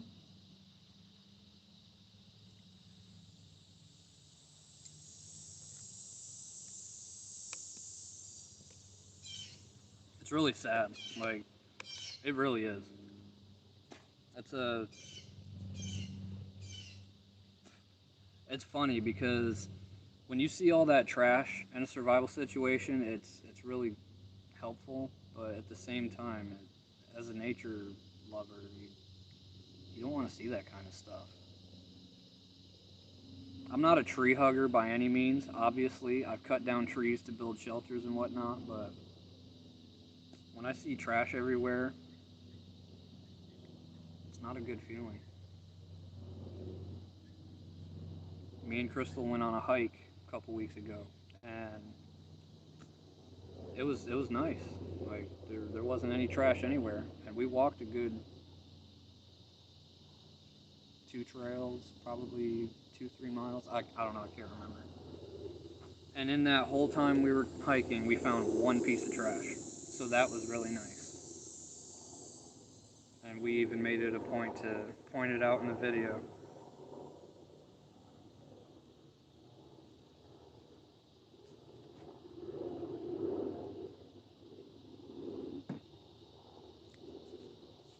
It's really bad though. Like that drainage ditch over there, it literally looks like a dump, like a landfill. Yeah. Maybe one of these days I'll go clean it up. I mean, I know it's not my job; it's the city's job, but it's been there for a while now. They're probably not even concerned with it. They got other things to spend money on.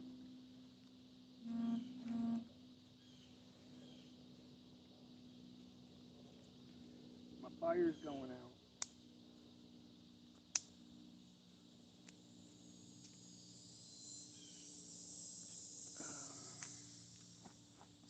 Let's see. Catching up on the chat again.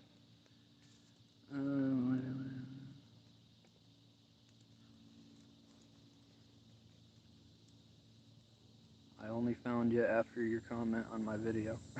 Yeah, I, uh, I show my support as much as I can. If I find an outdoor channel, I I don't just go in there and hit the subscribe button and leave. Like, I'll watch one or two videos, I'll like the videos, I'll comment on the videos, because with this whole issue going on with YouTube, I haven't exactly figured it out yet, but I have noticed that,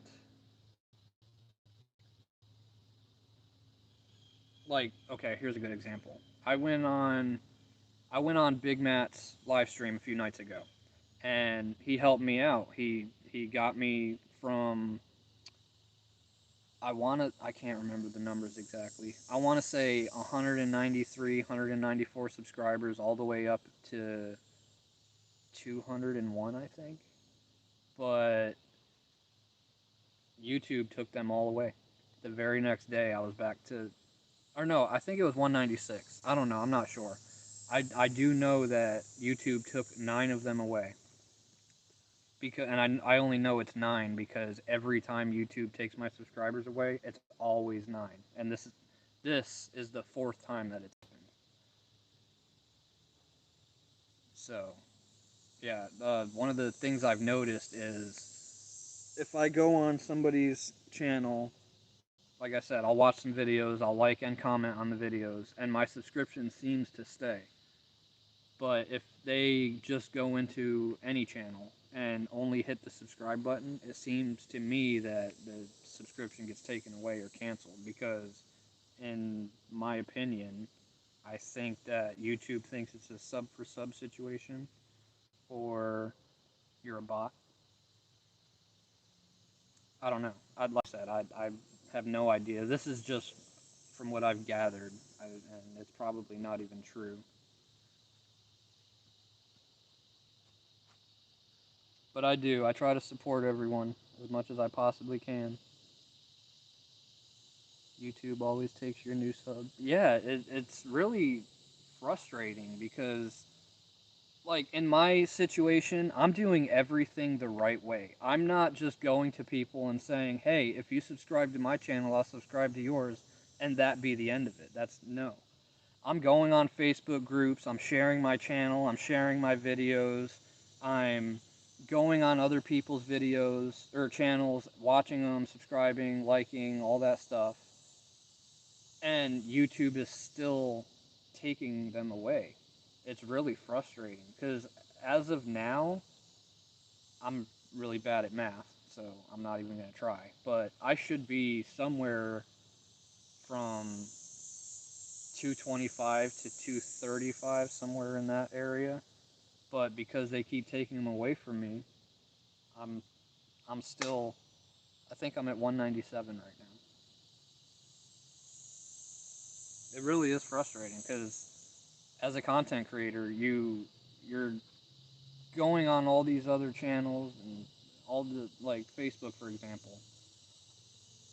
Excuse me. You're going on there and you're trying to promote your brand. You're trying to let everybody know about you, and you're doing all this work and YouTube's just like, take them away. And then what makes it even harder is, like, with Big Matt's live stream the other night, I gained quite a few subs that night, and I woke up the next morning and they were gone. Yeah, exactly. My Facebook name, it's the same name as my YouTube channel. All my platforms, TikTok, yeah, TikTok, Instagram, Facebook, YouTube. I'm working towards making an Odyssey account, which I can't do that. I tried syncing all my YouTube videos to an Odyssey account, but they won't allow it until you have 300 subscribers on your YouTube channel. And I have been looking at Rumble, but all the names on all of those platforms, it's all the same. Bushcraft Head Survival. If you can't find it, put underscore between Bushcraft and Ted, and then another one between Ted and Survival. And yeah, even if you type Bushcraft Ted Survival just the regular way into Google, you'll see a few of my pictures on the images, and there'll be a page or two with my content on it. But for the most part, when you type in Bushcraft Ted Survival on Google, you see Ted Baird, his YouTube channel, because he's got, I don't even know how many subscribers at this point. I want to say at least 1 million. But because his name is Ted and because he does bushcraft and because I think because he has so many subscribers, his his stuff just overpowers mine because I'm still the little guy. So if you type in bushcraft underscore Ted underscore survival, then my stuff will pop up. And that's even, I did the same thing on my car. I had a decal made with my name and I even made sure to add those underscores because I was looking at it this way. If you're driving around town and you see a, a YouTube name or just a name of a channel on the back of a car, if it doesn't show that it's YouTube or Instagram or anything like that, in my opinion, I would think the first platform or whatever you would type that into would be Google. So I tried that, and that's when I realized that Ted Baird was popping up. And I didn't know that for the longest time. So when I want to say it was the first like 9 or 10 months of me having my channel, I had that sticker on my car, just the decal, not the word, just my logo was on my car. Um, so yeah, for the first however many months it was, I was actually, I think, getting subscribers for Ted Baird. And I'm thinking this whole time that the subscribers are going to my channel, but I don't think that's the case because, like I said, when you see that name on the car, you type it into Google, and what's popping up was Ted Baird. So I'm assuming that all those people that have seen my name on my car have typed it in, and they've subscribed to Ted Baird thinking that they're subscribing to me.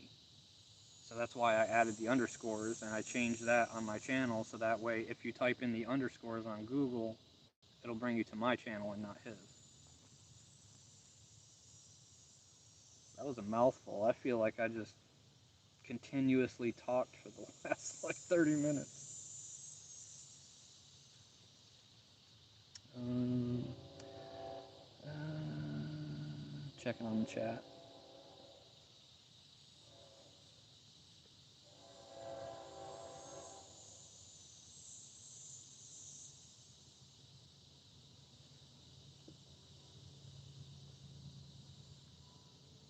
This is actually the logo I have on this shirt. This is my third, yeah, my third logo. The logo has always been the same, but the background has changed, and that's one of the things I've been thinking about doing too. Is sorry about the train, guys. Um, so depending on what holiday it is or what monthly awareness is going on, I'm gonna keep my same logo, but I'm going to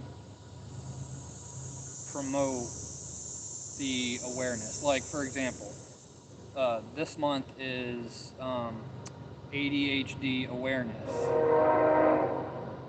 Sorry if you guys can't hear me. That train's pretty loud. I'll just wait a second.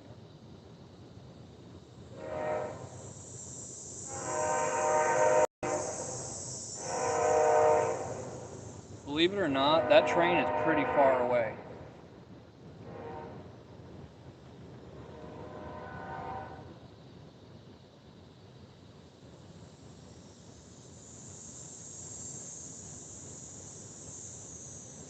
One moment, guys. I'll be right back.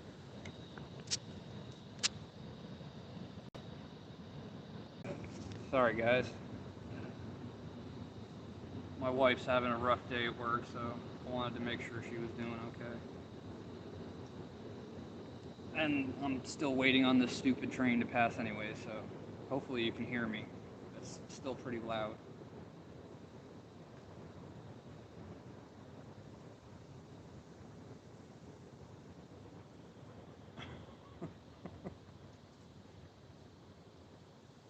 Is this the longest train ever?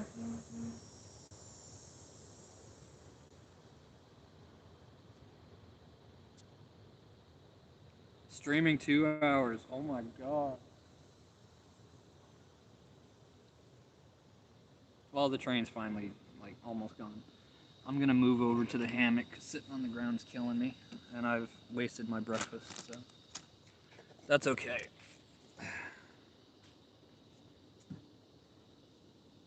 I'll warm it up again when I'm done with this stream.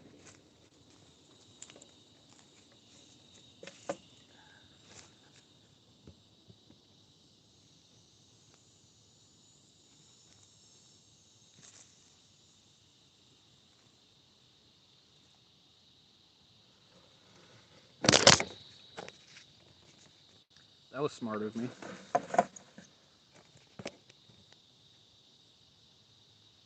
Much better. Sitting on the ground is fun. I'm not even being sarcastic. I don't mind it. I like sitting on the ground.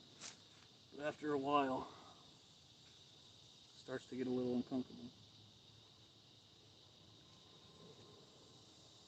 Really? The train's gone, so now a plane's coming.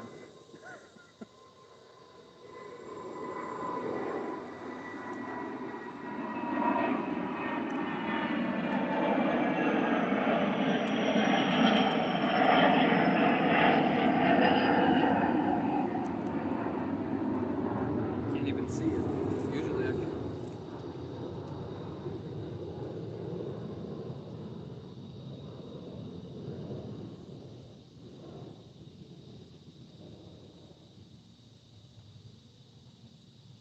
Okay. Can you guys hear me?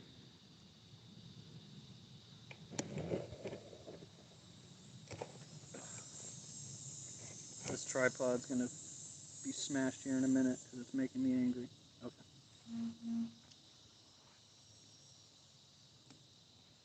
Okay, here's a question for you guys. Um, I'm sure most of you have checked out my content. You've seen that I do magnet fishing, uh, squirrel. Let me rephrase that. I just started magnet fishing. I've only done it 2 or 3 times, so I'm sure you've done it a lot more than that. I'm sure you found a lot better treasures than me too. So yes, I'm just starting out magnet fishing. I do, like I said, the MREs, the yeah, the MREs, survival meals, survival product reviews, primitive tools, shelter builds, fire starting, purifying water. So there's quite a few things that I have done.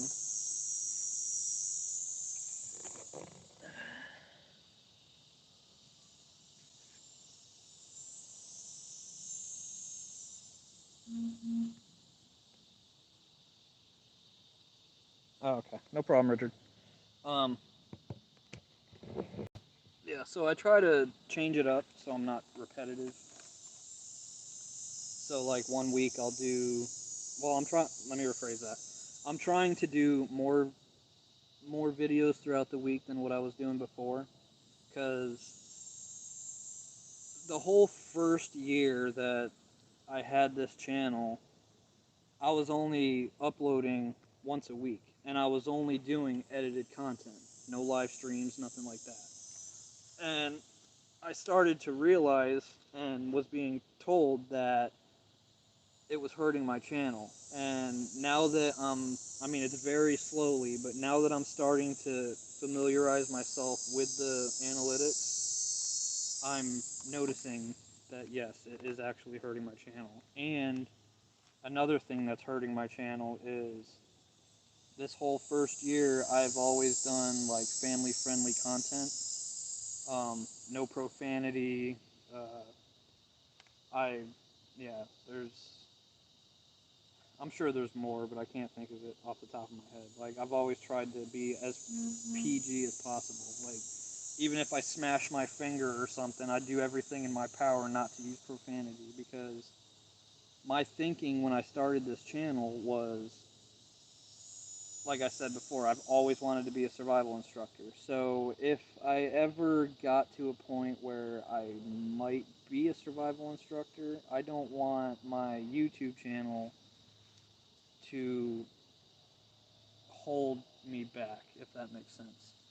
I want, like, if if I get accepted to teach at a school or something, I don't want them to see my channel and be like, this guy isn't the right fit because he says the F word and stuff like that.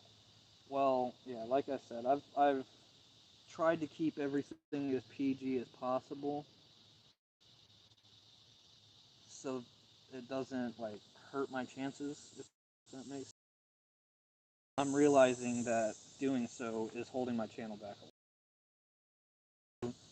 Go on live and start screaming out cuss words and you know shooting animals on camera and drinking a whole bottle of something or I'm not saying I'm gonna go doing that stuff. Maybe someday. I don't know. We'll see what happens. But right now I'm gonna keep it family friendly, but not completely family friendly. Like, say I smash my finger or something, I'm not gonna hold back on cussing because of that. Like, I just hurt my finger and it really hurts. I'm gonna say that really effing hurts. Except right now, I'm still getting used to not keeping it family friendly. But one of my thinking also, and Huntsman made a very good point. One, not only was that one of the reasons I was keeping it family friendly, the other reason was um, my thinking was one day Joey will be watching my videos. And yeah, he hears me use profanity at home sometimes, but it's not like, sorry, my back was itchy. It's he doesn't hear it like a lot.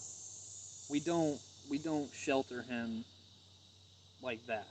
Like me and my wife try to be completely upfront with him about everything. Like we don't necessarily tell him where babies come from, but he knows that it's not the stork. You know what I mean? We're not. We keep it PG for him, but we don't lie to him if that makes sense. And every parent has their own parenting method, and I respect everybody's right to raise their kids the way they want.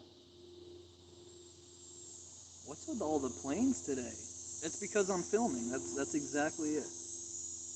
Because I could sit out here for an hour and not hear a single plane or train or motorcycle or semi truck or whatever. But as soon as I hit that record button,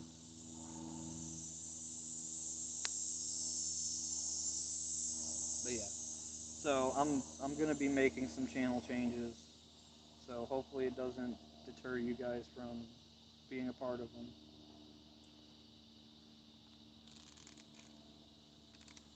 I'm hoping by doing so it'll not necessarily make my channel bigger because like I said, this is a hobby and I do it for teaching but also like it's for me too. So I can go back on my videos and I can like see the things that I've talked about and remember the things I've talked about. And I do enjoy giving people credit for helping me out, like Big Matt, for example, and Frontier. Uh, they and Huntsman, they have all helped me out so much, and they deserve recognition for doing so. And they deserve recognition for being good people. Like I can tell that they're good people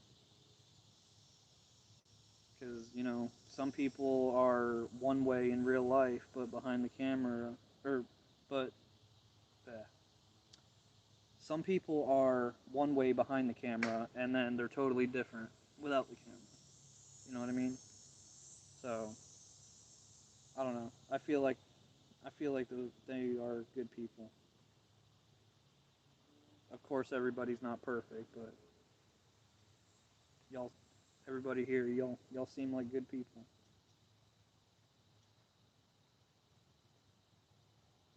My conversation has gone like in 5,000 different directions.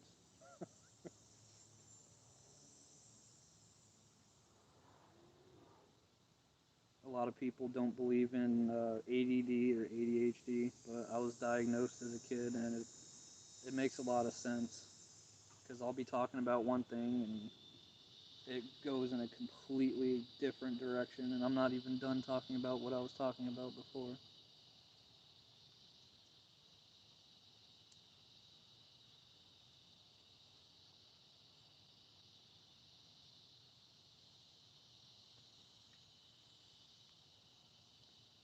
This is a good stream. I'm happy with this.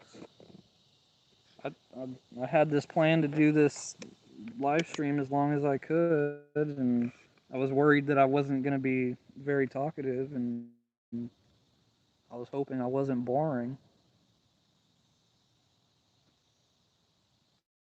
for my first really long stream, though. I don't know. I think I'm doing okay.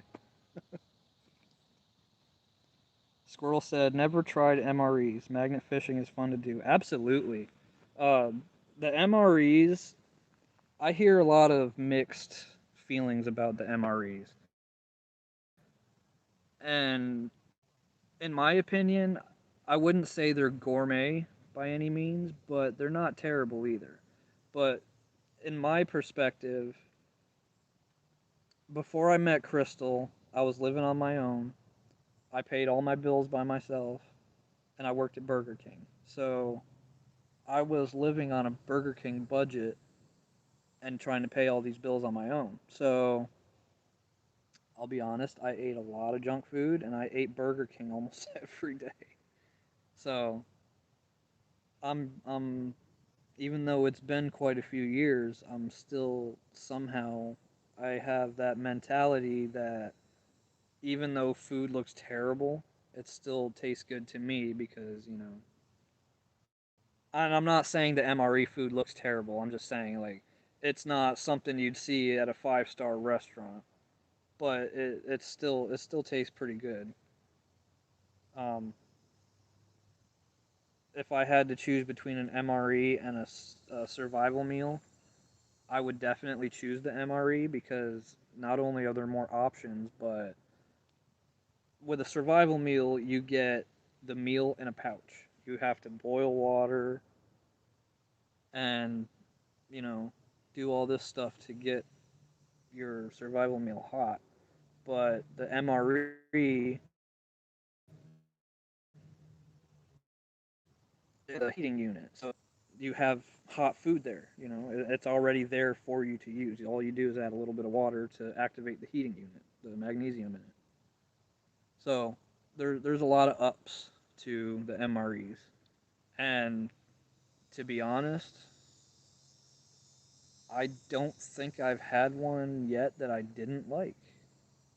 I mean, there's some that I've liked more than others, but I feel that they're not as bad as people really make them out to be. That's just my opinion, and everybody's entitled to their opinions. I personally think they're pretty good, and that's why I've had them on my channel so often because uh, I you know I like getting the MREs and I like sharing them with my friends. You guys. I try not to do it often because I don't want to get repetitive and I don't want you guys to see, oh, he's doing another eating video. You know what I mean? It's a survival channel, not a cooking channel. But I do intertwine them sometimes because yes, I am a cook. It's what I've done since I was 17. I I went from doing crime scene restoration, cleaning up crime scenes and, doing that, but then my boss moved out of state and I wasn't going with him. And McDonald's was hiring down the street, so I was like, okay, I'll make that my survival job until I find something that I liked. And I ended up, at the time, I really ended up liking cooking. So after working at McDonald's and Burger King for a while, I moved from where I was to where I am now, which is about 3.5, 4 hours away. And I worked at my first actual restaurant, not a fast food chain. And when I started working there, I started learning about doing prep and cooking on the fryers, and I shucked oysters every Wednesday. Um, Yep, every Wednesday. That's what I would do. I would sit there and I would just shuck oysters. And it got to the point where I could shuck a dozen oysters in less than 30 seconds. I think I was averaging like 20, 21, 22 seconds for 12 oysters. So that was pretty fun, and I enjoyed that. Um, and yeah, I just worked my way up in that restaurant from washing dishes to doing prep, and then eventually I started cooking. And after I left that restaurant, I went to Beef O'Brady's and worked my way up there to become an assistant kitchen manager. And some things led to another in that job, and it was things that I couldn't mentally handle anymore, which is just about the same thing I'm dealing with at the job now. So I guess this restaurant isn't for me either. So eventually I'll be looking for something else until I can get my dream job. Hopefully. I really hope. I want to, yeah, I want to teach survival so bad. I know so much that I haven't been able to share with you guys yet, and I'm pretty proud of that because I've never went to like any survival schools or anything like that. Literally everything I know is either what I learned on TV, what I read from books, and it's pretty much all self-taught. I'll do it until I get decent at it. It's nice. It's a good feeling when you can teach yourself things like that. I told my wife, and I've mentioned it a few times, that I would never ever allow my family to be homeless because I will always work. I don't care if I have to go to McDonald's and work. I don't care. My family will never be homeless. But even if like everything crashed and like there was no jobs left at all, my family still wouldn't be homeless because I taught myself the skill of building shelters, and I can at least say that my family would always have a roof over their head, even if it's a tarp. But those are the kinds of things that I want to share with people. That's why I mentioned that fundraiser that I was thinking about doing with the homeless. And the way I was thinking about it was if I could get, yeah, sorry to bring it up again. It was just another thought. If I could get the fundraiser going and I get the tarps and I get the paracord and I could figure out a way to contact enough of the homeless around here to one spot so I could teach them. Like I said, I would teach them 3 different methods to a tarp shelter, and this was an idea that I'm not going to take credit for. I'm going to give the credit where the credit's due. Rob, Bushcraft and Adventures, it was his idea that if they can build all 3 shelters without my help. Like I showed them how to do it a couple times, and if they can build the shelter without my help, then the tarp and the paracord is just given to them. Which I don't know. I'm still debating on that. It's a decent idea, but at the same time, like, what if they don't have the mentality to figure it out on their own? I don't know. I don't know. I'm still working on it. I haven't thought about it in a while, but talking to you guys brought it back.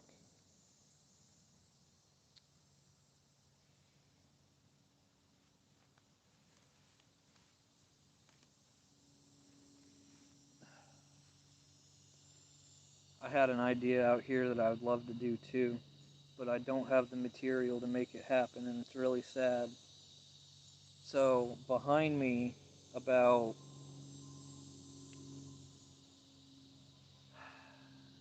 I don't know. I want to say about 100, 150 yards.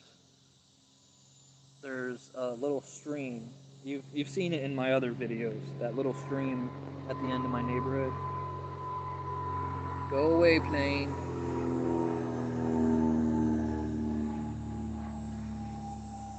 Okay. There's a little stream over there, and I haven't been able to do it because, like I said, my, I don't have the materials to make it happen. But I have figured out a way to bring water from that stream to running water from that stream to my shelter. And then whatever water I don't use, because it would be a constant flow, it would go from the stream to my shelter, and then whatever I don't use would go back into the stream. But to make that happen, I would need, I would try to make it work with bamboo, but at the same time, over time, bamboo like rots. I don't know. I could use PVC, but at the same time, I'm trying to make this as primitive as possible. This whole shelter as primitive as possible. The only thing here that is man-made are the cinder blocks around my fire and the paracord I've used to tie everything together. And my hammock, of course, because I don't know how to make nets.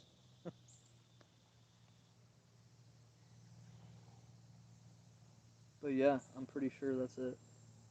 Everything else is natural to this area. But unfortunately, I don't have any bamboo in my area, so that's why I haven't done that. Catch up in the chat. Okay.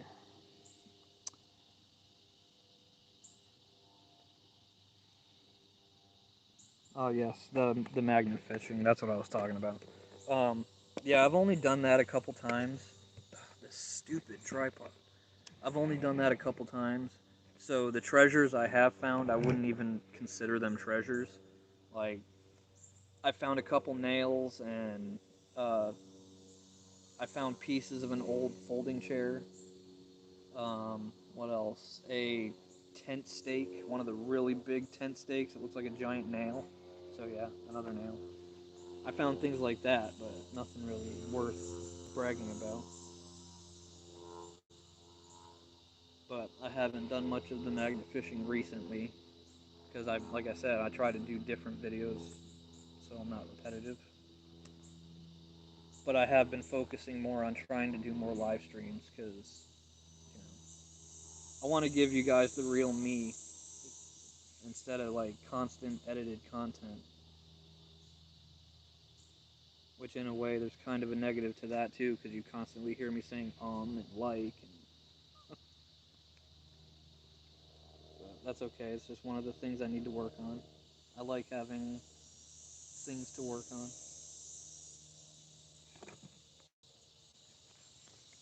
Um, any written swear words, I will time them out. You're doing an awesome job. Well done. 198 subscribers. Thank you guys. Um, yeah. Hopefully with the whole swear word thing, hopefully it won't be something you would have to worry about because I don't usually use them, but at the same time, I'm not gonna I'm not gonna go out of my way to not say them, if that makes any sense. Just because, like I said, the whole family friendly thing, I feel like it's holding me back, and I don't want that to be the defining factor. Because, like I said, when I started this channel, my whole outlook was I'm doing this to show schools or whatever what I do and whatnot. So hopefully, me saying ass doesn't or shit doesn't like stop them from letting me teach what I know. Especially because like if I did do it, I wouldn't want to be the one that sits in a classroom all day. I want to be the guy that brings people out, shows them the wilderness and stuff. And most of the time, I'm sure it's going to be adults that I'm bringing out to show. So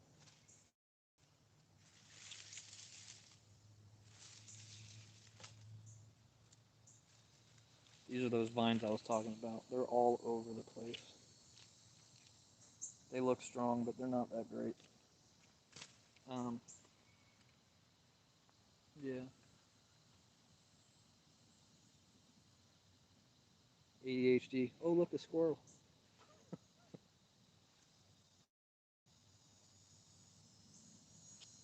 Check on the chat. Just had my first Irish coffee of the day. Awesome. How is it? This is such a relaxing live. Lucky Ted learned about. Yeah.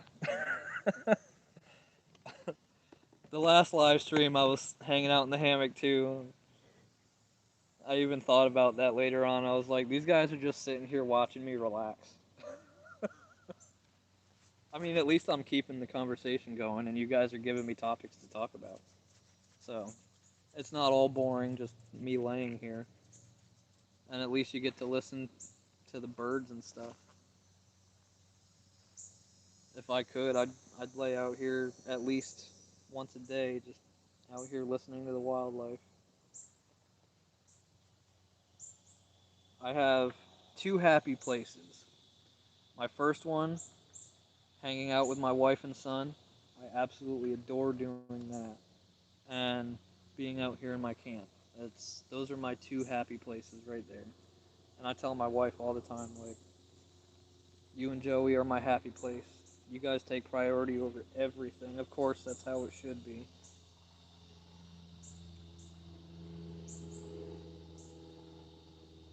Another plane, of course. That's how it is. Every time I hit that record button, all the planes are like, "Hey, he's recording. Let's go fly over his woods." I'm surprised Christmas Kitty hasn't shown up yet. He's always here. Probably laying in the sun somewhere. Let's see what time it is. Ooh, 12:30. Wonder what's it been like. I started this at 9. Have I read that long? Oh my goodness. Where did I leave off?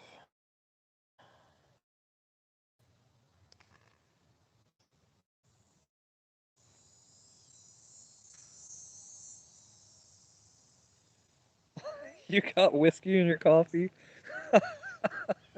That's awesome.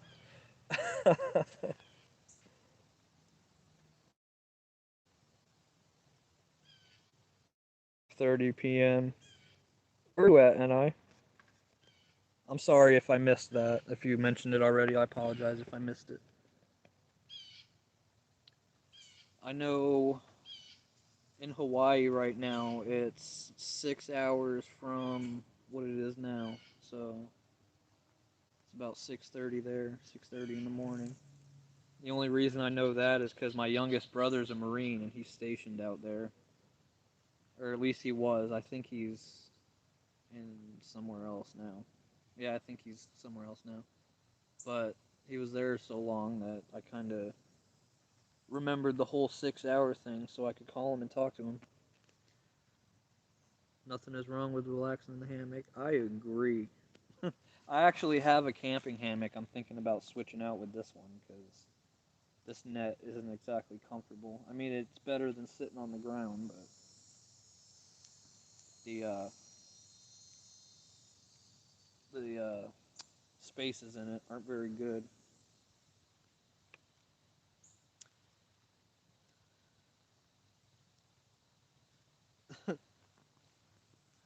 Whiskey in the coffee. That's an Irish. Yeah, I like I said, I've had Irish coffee before, but it's the monster ones, and I know they don't put alcohol in their coffees. They're Java monsters. My all-time favorite monster is the. I don't even think they make it anymore, and if they do, they don't sell it here. It's the toffee. That's funny because I used to say I want a toffee coffee, but yeah, I don't think they have that here anymore because I've looked everywhere and I can't find it, and that's a shame because that one was delicious.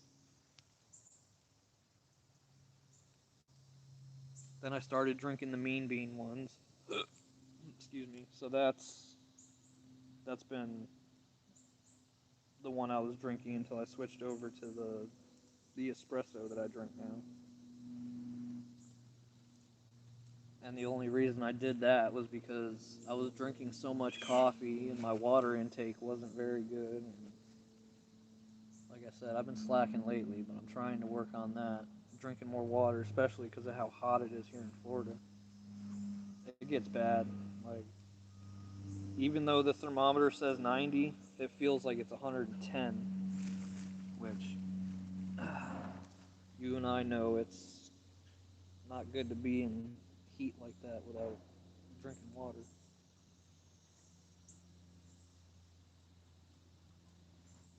I can't even see anymore how long I've been streaming for. All it says is preview. Still got 4 people though. I appreciate y'all being here.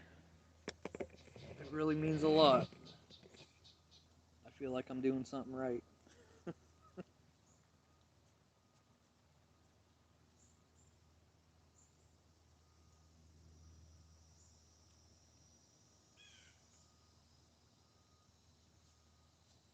Have you guys been enjoying my ASMR videos?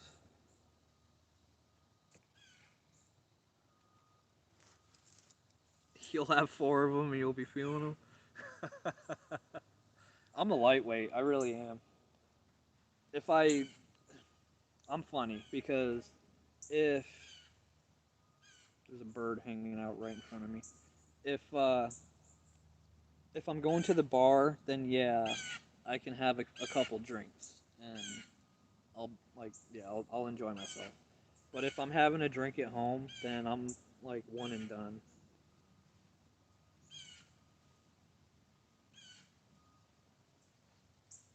I would show you the bird, but it's like around the trees. I can only see his tail. Yeah, it's really weird. I'm assuming it's because like if I'm at the bar, then I'm drinking with other people, and it's what you do in a bar. If I'm drinking at home, then I'm not drinking to get drunk. I'm just drinking to relax a little. Plus, you don't really want to get drunk, and God forbid something happens with your kid, and you have to figure out a way to get him to the doctor when you've been drinking. I just don't even want to put myself in that situation.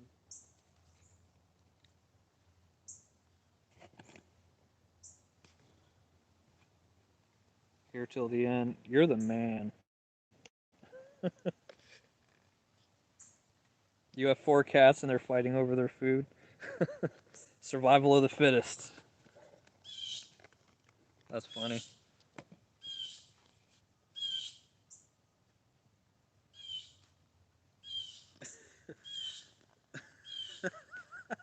You get caught on a live with Richard and John.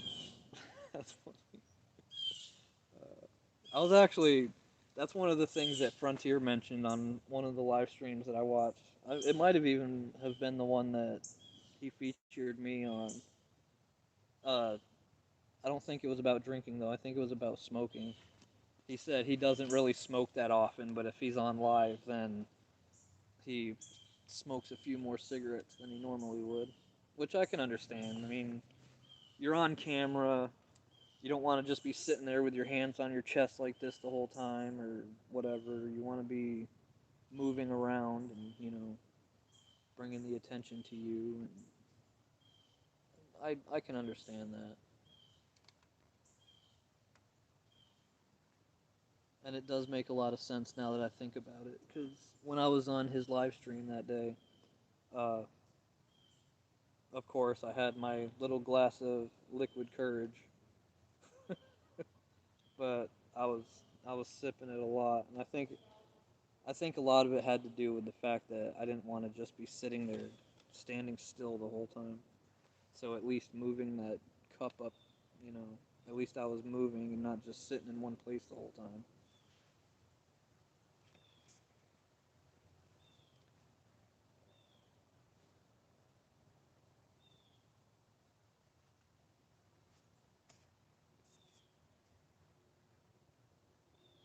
You guys have fun on your live streams, or you guys hang out? Like, you guys go camping and stuff? They do something like that here. I don't know if probably not because it's a Florida group, but there's a group on Facebook called Florida Bushcraft, and every couple months, the admin for that group will basically set up an event. It's not really an event, but I guess you can call it an event where he'll get a bunch of people from that Facebook group and they'll all go to a campground and, you know, hang out over the fire for a night or two. Uh, uh, you know, trade skills and all that. Uh, the admin for that group, he is really good at like whittling wood, and some of the stuff that he does is just incredible. And going to those events and stuff. I haven't been able to make it out to one yet, and I really hope I can soon. I'd have to figure out a way to make that happen because I'd have to let my boss know a few weeks ahead of time so he could figure out the schedule situation. But yeah, I'd really love to make it out to one of them. If I am ever able to, then I'll bring you guys along with me.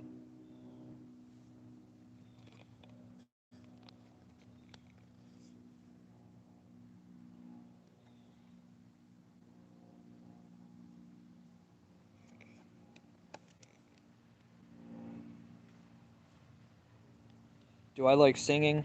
Um, I'm not very good at it. I sing in my car. That's about it, and that's if I'm like really in the mood to sing. Uh, yeah, I'm not very good at it, and I don't even like. I'll sing in front of my wife occasionally, but then I get to a point where I'm like, I'm singing really bad, so I kind of like stop. But yeah, I enjoy it every now and then, but I'm like I said, I'm not very good at it, and being shy, I'm constantly worried about like are are the people around me judging me because I can't sing? It's just it's one of those. I think it's one of those ADD things. It's your brain. If you have ADD, your brain is constantly going, which is good for like this live stream, but sometimes it's really bad. It makes it hard to. There's a few examples. It makes it hard to not like hold a grudge when somebody makes you mad, and you know when I started this channel, I'm trying so hard not to be. My wife tells me that I'm hyper focused, which I believe is the ADD because I'll I'll constantly be thinking about what can I do in my next live stream? What can I do for my next edited content? Am I sharing my videos enough in groups? Am I sharing my videos too much in groups? Like I'm doing one thing, but my mind is constantly going on my channel, and am I spending enough time with my family? Am I spending enough time with Joey? Am I spending enough alone time with my wife?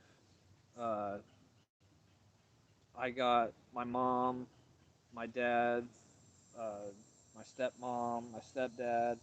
I'm always wondering, am I talking to them enough? The ADD is really. I wish you can shut it off every now and then and just shut your brain off. Which I know that's thing that a lot of people have, not just the ADD, but the whole like brain shutting off thing. Uh, I know it's something that a lot of people have, and I'm not trying to like choose sides or anything, but I feel like people with ADD have it just a little bit worse because it's one thing after another. If you can figure a way to shut your brain off on one subject, it switches over to another one, and it gets to be a little much sometimes. But I'm I'm trying to, yes, keep my focus on my channel because I if like I said, if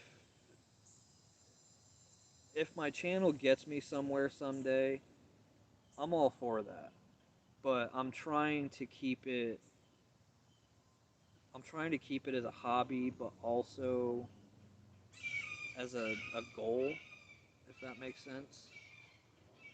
Because I'm hoping the channel will help me get to where I want to be as far as my forever job.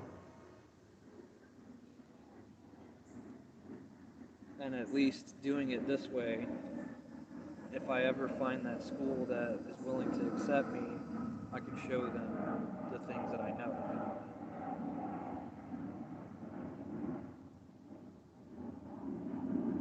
Another plane.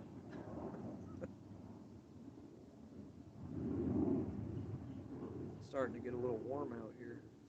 It was beautiful this morning. I think it was like 80. Check on your comments. Um, there's a fishing frustrations UK channel. Does a bit of singing on his live on for. Yeah, I'll check it out one of these nights. Um, don't hold you responsible for what I witnessed. Um, that's okay. No matter what is on other people's channels, I'm willing to check them out. Uh, because like I said before, I'm totally on board with supporting other channels. And just because, like for example, there's one channel I follow that does like vegetarian meals and such. I don't eat that kind of stuff, but I'm willing to show my support because I'm always talking about how not everyone shares the same opinion as I do, but in my opinion, YouTubers should be a team. Uh, we should all help each other to promote each other's channels and videos and whatnot, and it helps both channels in the long run, in my opinion. Because even though the channels aren't similar, there's always like say my channel. My channel's an outdoors channel, and I share it to a cooking group. Well, people go to that group that like cooking. That doesn't necessarily mean that they only like cooking. There could be people in that group that enjoy the outdoors as well and enjoy cooking outdoors. So I feel that I feel that doing it that way, it reaches a broader audience, if that makes sense. That's just my thinking.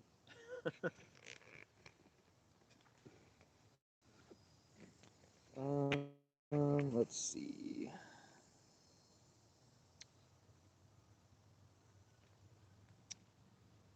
YouTube wouldn't let your message go through that you live in Ireland and I live in England. That's weird. I wonder why. Probably because I don't know personal information. I'm not sure. Um,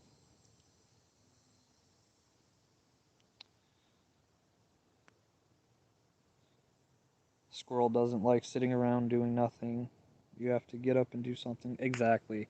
Um, Occasionally, I like hanging out in my hammock out here, but for the most part, I try to do something. Like even if I wasn't live streaming right now, I'd probably be sitting here still, but like looking at the camp and trying to figure out what should I do next. Should I continue working on the workshop shelter. The lean-to here, I'm kind of debating on taking down and using that towards the workshop, using the materials from that. But at the same time, I kind of like the lean-to because it does work for a tropical shelter, but at the same time, I don't really need it. It just, I don't know, it looks cool. But I could use the material from that also to start this new shelter that I've been thinking about doing. I just haven't thought of a use for the third shelter in this area. Plus, there's also the fact that I have a lot of unfinished projects out here, and I really shouldn't start another one before I finish at least one of the ones out here.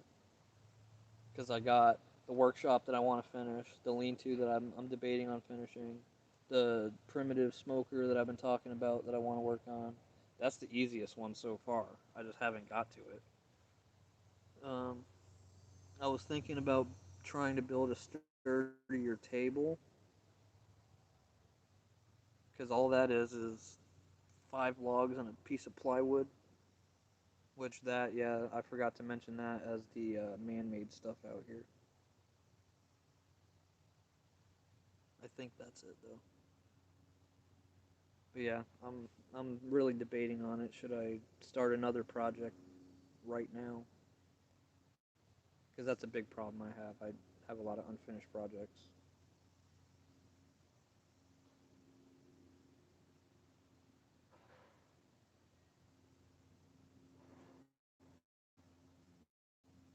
These neighborhood sounds, I don't know if you guys can hear them, but like cars revving up and things like that. It used to bother me so bad. I mean, it still does occasionally. When I was in my first camp, um, I didn't have as much of the tree cover that I do now. So the sound was a lot louder than it is over here. And one day I was recording, I think it was the deconstruction of the big shelter I mentioned earlier. Um, I was filming me taking that down, and you could hear across the way my neighbor sitting outside coughing. Like, he wasn't just randomly, he was like hacking up a lung. And he was doing it the whole time that I was filming. And it just got to me because I, at the time, I was only filming once a week. And, excuse me. Um, yeah, I was only filming once a week. And the way my work schedule was, I was only able to film at that particular time. So having that dude sitting out there hacking up a lung on my video the whole time, it started to get a little aggravating because I only had this window to work with. Things have opened up a little bit. On Wednesday mornings now, I'm able to, you know, come out to the camp and like the Wednesday mornings is my me time, and I use my me time to like make a video or whatever, go fishing or you know do something. Um, so that way, Thursday and Friday, those are my 2 days off for the week, and Thursday is the day that me and my wife run all of our errands and do like the grocery shopping and all that fun stuff. So that way Friday we can bring Joey out to do something fun because we don't get to do that during the week because I work mornings and my wife works at night.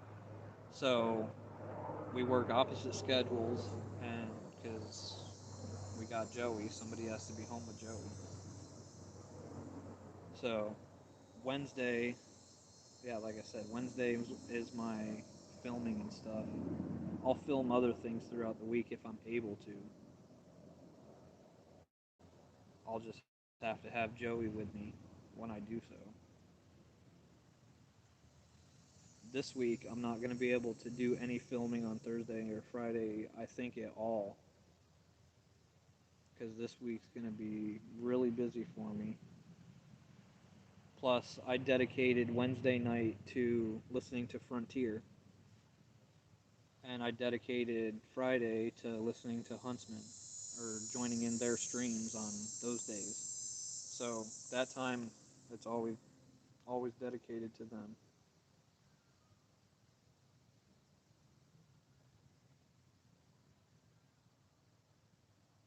I'm pretty sure I hear an ice cream truck, which is really weird because they don't come here ever. I didn't even know that was a thing still. Strange. That would be that weird thing to happen during my stream.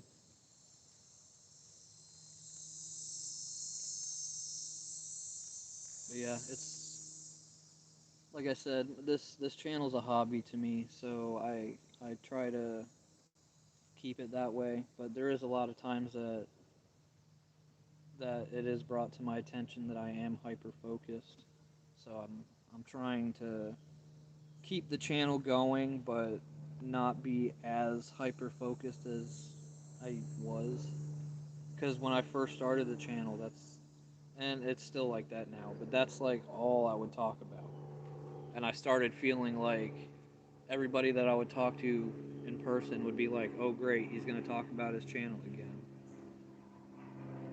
But I look at it as it's my passion. It's something that I know a lot about and I'm learning more about every day. And I try to pass my knowledge on to whoever's willing to accept it.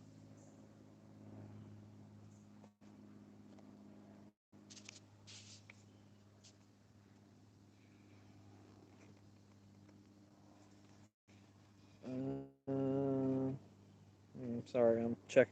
I moved my camera so it lagged out. Okay, the link there's the one that I need.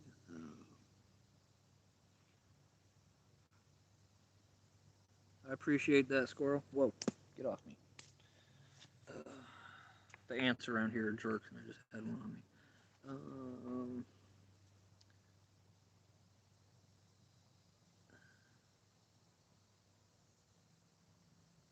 I'm gonna have to definitely get in there and check out the rigs you're making. I am not too familiar with artificial bait.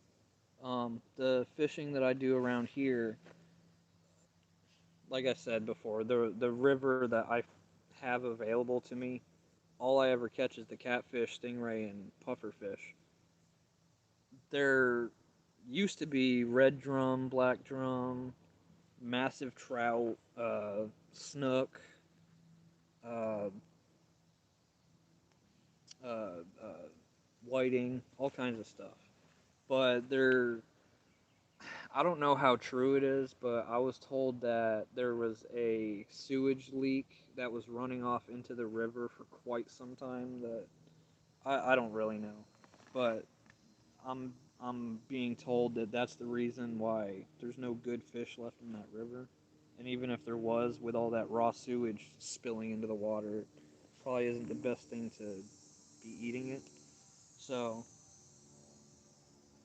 yeah, I do still go fishing, but literally all I'm ever catching is catfish. It doesn't matter what bait I use, I'm still only catching catfish. I've tried blue crab, shrimp, uh, uh, what are they called? Uh, I know what I'm trying to say. It's on the tip of my tongue. Sand fleas. That's what I was trying to say. Cut bait, whole mullet. I've tried all of it, and I'm still only catching catfish. So at this point, I'm like, should I even try to buy the other bait, or should I just stick with shrimp? Because that's all I'm catching is cat anyway. I still go for the enjoyment of fishing, but it's less enjoyable when I'm literally only catching catfish.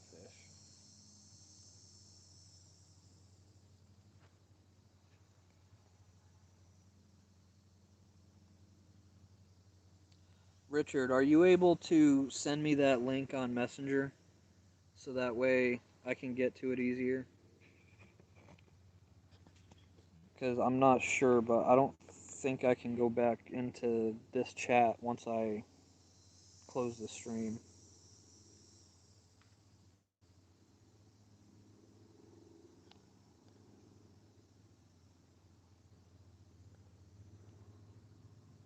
Streaming 3 hours. Oh my goodness.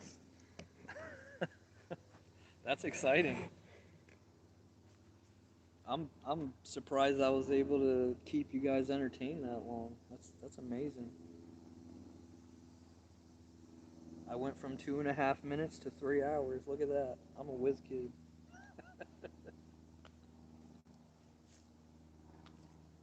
You guys have helped quite a bit though, giving me topics to talk about. It'd be nice if these planes would go away, because there's another one. Actually, there's two. What time is it? It's 1 o'clock. And my battery's at 20%. So I'm probably gonna stay on for another probably 20 minutes, and then I'll call it a day. So I have time to get over there to my computer and make this public. Because I was gonna try to make it public before I go to work, so that way it can be watched while I'm there if anybody's interested. I'm not going to be able to do much tonight because I work until about 10:30, 11 o'clock. And then when I come home, I was going to try to get a good night's sleep because I haven't been sleeping good the last few nights. And I got to get up early tomorrow, so yeah, there's that. It's nothing wrong. I don't really know why. I think it's because um, I that first night I didn't get a good night's sleep because, and it's still worth it to me. I was on Huntsman's live stream and he did a stream for 8 hours, and he he did his gaming stream, which I like gaming, so it kept me entertained the whole time. And then after the live stream was over, I hung out for a while and we just chatted for a while, and I was up till, I think the chat ended around 1:30 in the morning, and after the chat ended, I went and checked all my platforms and social medias to see if anything changed there, and then I think I was sleeping by like quarter after 2, somewhere around there. And then last night, I wanted to prepare for today's live stream, so I cleaned my house and got all my chores done for yesterday, so I didn't have to worry about it today. I could just focus on talking to you guys, and I wanted to make, I'm not going to be able to do it often, these really long streams. I won't be able to do it all the time, but this time, just today, at least right now, I wanted to make this one as long as possible. Because like I've said, I'm trying to get used to the whole idea of being live and not having so much edited content. So that way you guys get to learn the real me and not edited me. Edited Ted. That's funny. I've been watching too many of CR's videos. Um, yeah, so hang out for a few more minutes and go get this public. And again, Richard, I really appreciate you being a moderator for me. It, honestly, I have thought about the whole moderator thing, but I wasn't sure. Like I said, I wasn't sure how that actually worked, and I didn't know anybody who would be willing to join all of my streams, and somebody that I could trust to help and not hurt. You know what I mean? Because I have people all the time that talk about, hey, let me be on your channel. Let me come hang out at your shelter, and you could teach me stuff.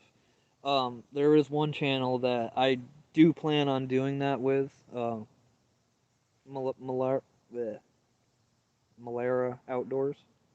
Um, so that's not who I'm talking about. I'm talking about a few other people that I've known in the last like year who are into survival stuff, or so they say. But then when it comes time to do stuff, they don't.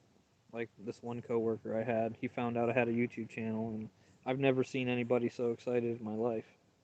And then when I made plans for him to come hang out and see it, he ended up leaving the job and never spoke again. But yeah, uh, I got another friend that has a YouTube channel as well. His is still. I mean, I know mine's a startup channel too. Oh, sorry, I didn't see your comment before. Um, the link for NI's channel, if I'm not subscribed already, I'm not sure. That and the fishing frustrations. I'm sorry, I didn't see your message before.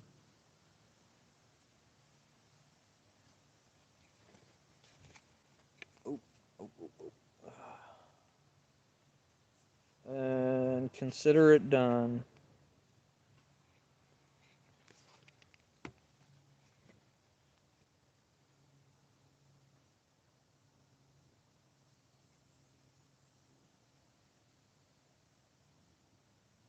I'm not sure if it worked.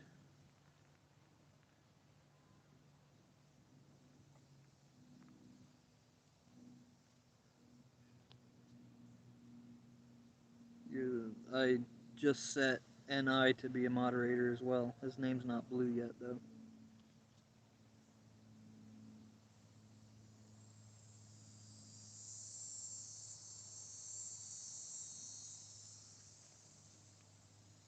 I appreciate that, guys. I really do. I know I keep saying it, but I really mean it. I know I'm pretty repetitive sometimes. I can't help it.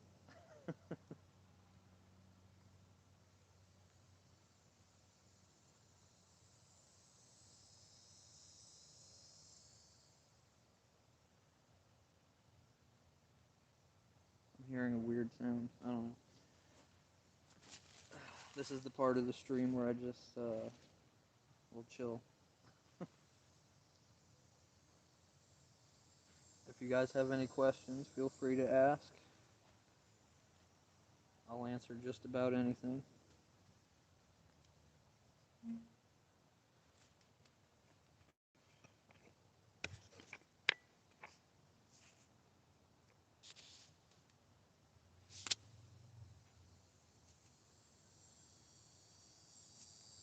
Let's see, we got Richard, Ni, Squirrel.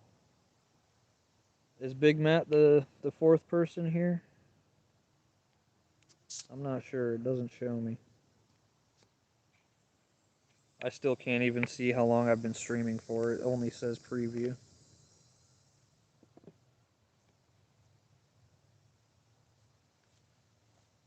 All I see is preview, four with a person icon, and four thumbs up. Sent them to Messenger. All right, thank you, Richard. I appreciate it. I'll check those out when I have a moment.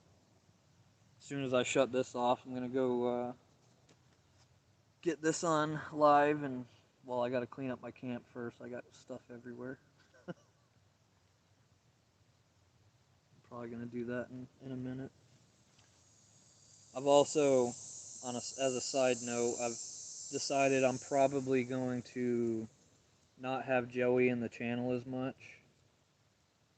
because I don't know. There's just a lot of weird people out there, and I don't want him exposed to that kind of weirdness. Plus, I'm starting to get recognized more, and I don't know. I just don't want to jeopardize my wife and son's safety. because everyone has haters out there. Unfortunately, it's sad that it's come down to that.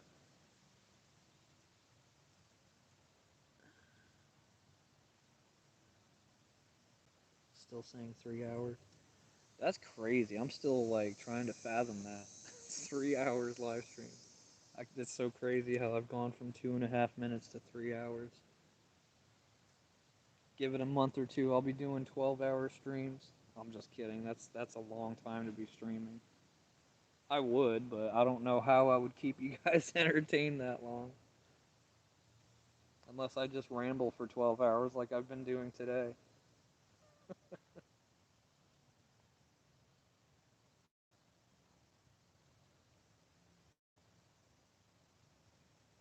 I was talking to another YouTuber yesterday. I met him on Facebook. I've been subscribed to him for a little while, but he he didn't realize it and wasn't subscribed to me. But we have talked a little bit, and he asked me if I do like product reviews, and he said, "Welcome to the blue." No problem. I appreciate your guys' help. Um, he was talking about how he he has, I think, I'm not sure, but I think he has about 3.6 thousand subscribers, and he also does product reviews and such. And he said that he's just overwhelmed with the amount of companies in them that want him to promote their products. And he said if I was interested, he'd be willing to pass my name on to a few of them to try to clear his plate a little bit. And I've been thinking about it. I don't know. I kind of want to do it, but at the same time I don't,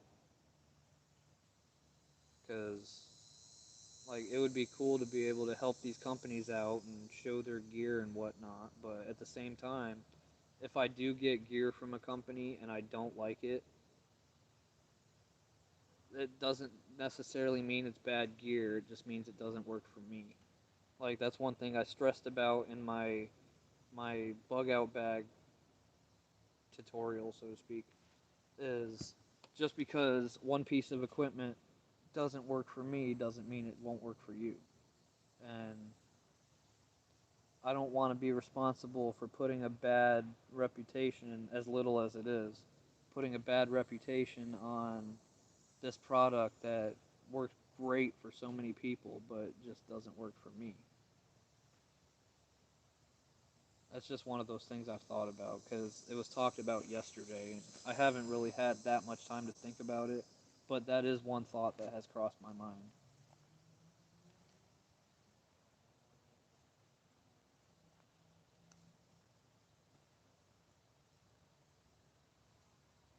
It would be cool though to be able to test out some new gear.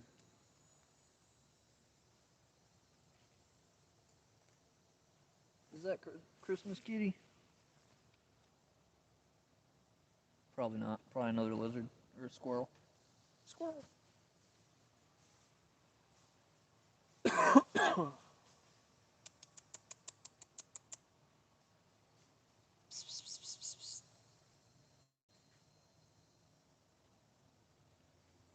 can't tell.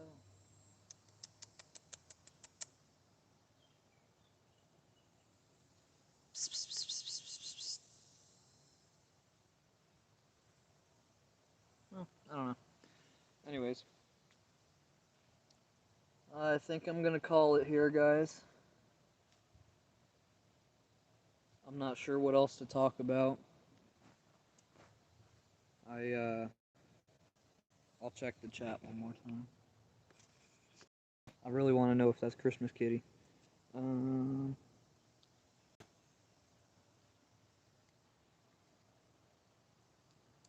I'm in the same predicament as you. Is that me you're referring to, or NI?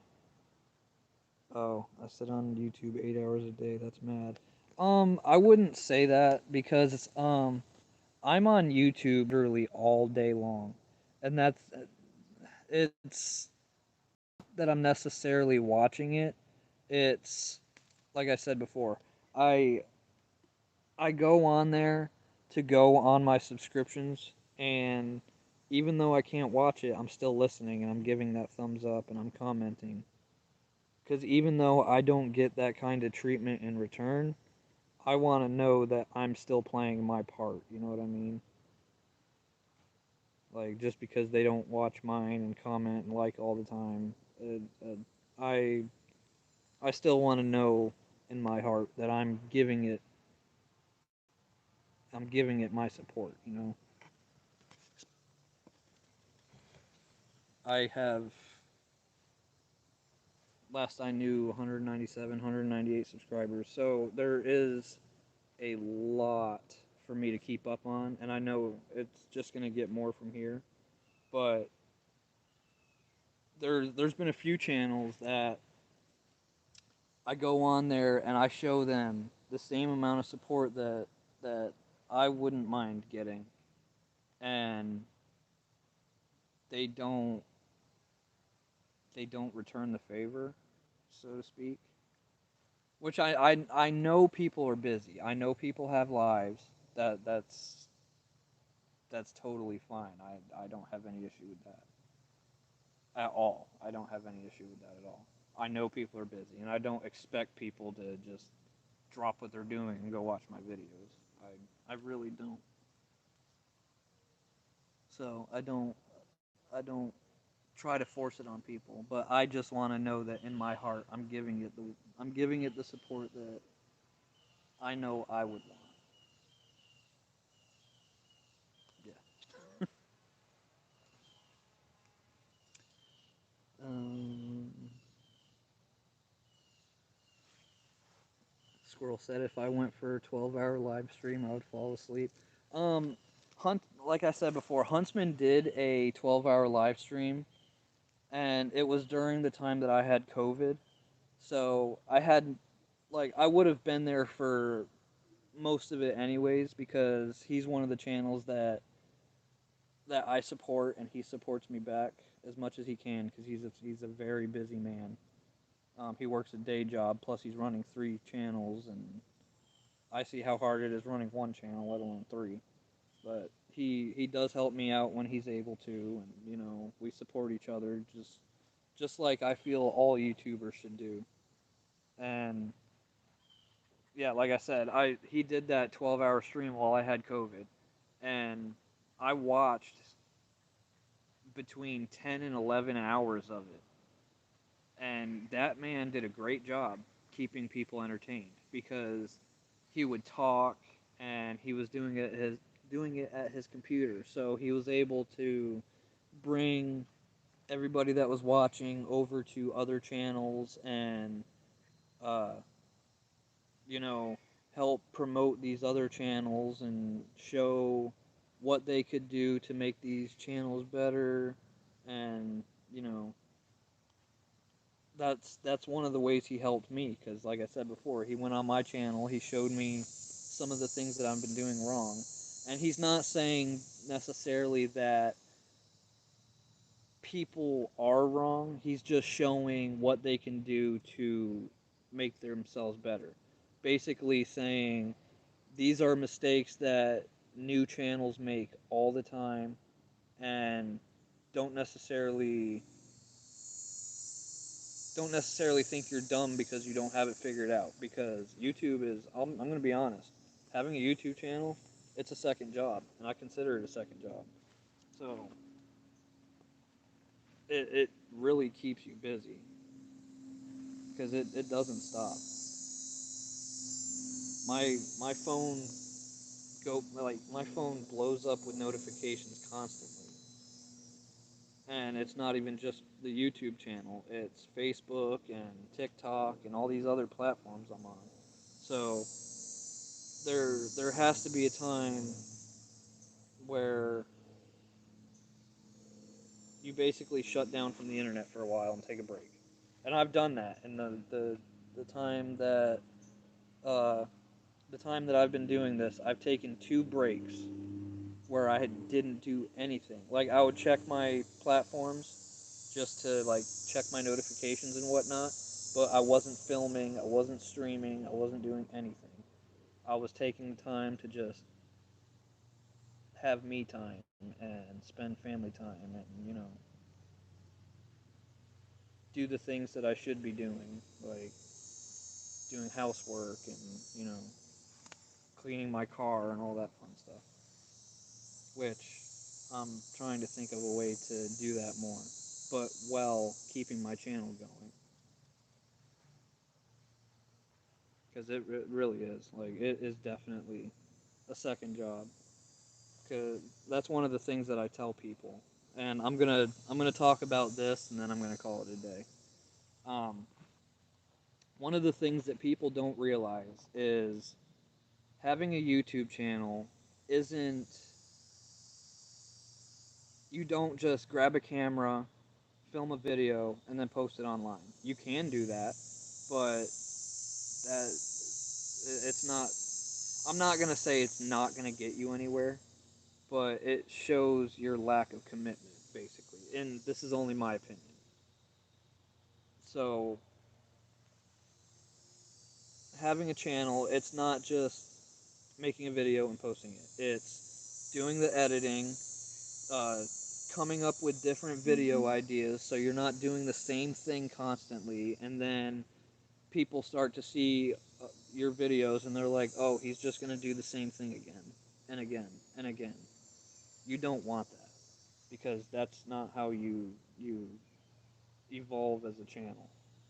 Um, and another thing that people don't realize is just because you have a 30-minute video doesn't mean that it takes you 5 minutes to edit. You could have a 30-minute video, and it could take you 2 hours to edit that video because uh, you you want to make sure you have the right music. You want to make sure that you're using transitions where you're supposed to. You want to make sure you cut out all that extra stuff that you don't really need.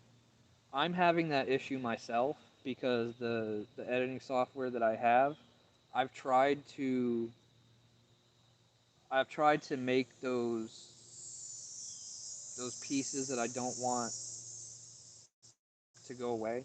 But if I do that, then my videos get extremely jumpy, and I feel like that was hurting the videos more than me saying or me saying like or things like that. So I've kind of left them in there just because I don't want it to look like my video is just a bunch of broken pieces all taped together. It just doesn't look good. So yeah,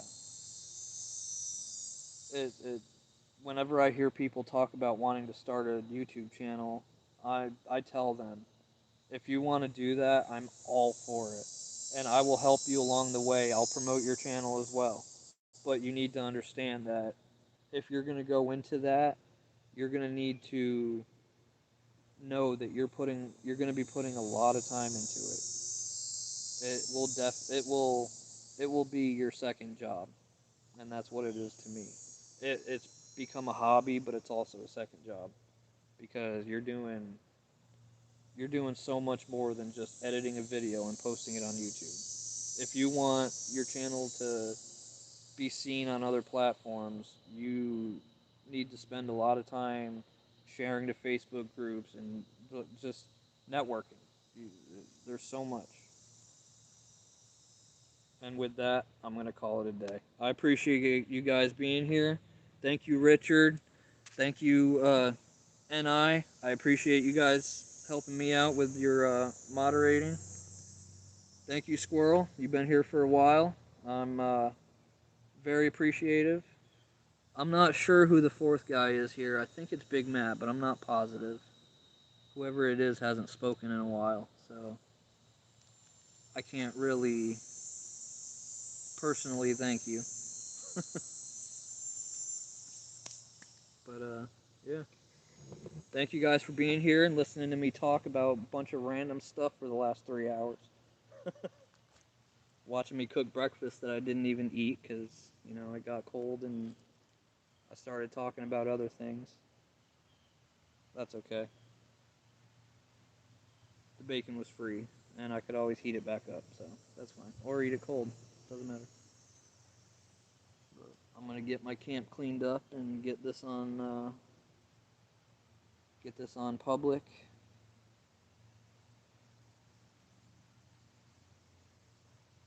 Uh, I made 200. Oh man, thank you guys.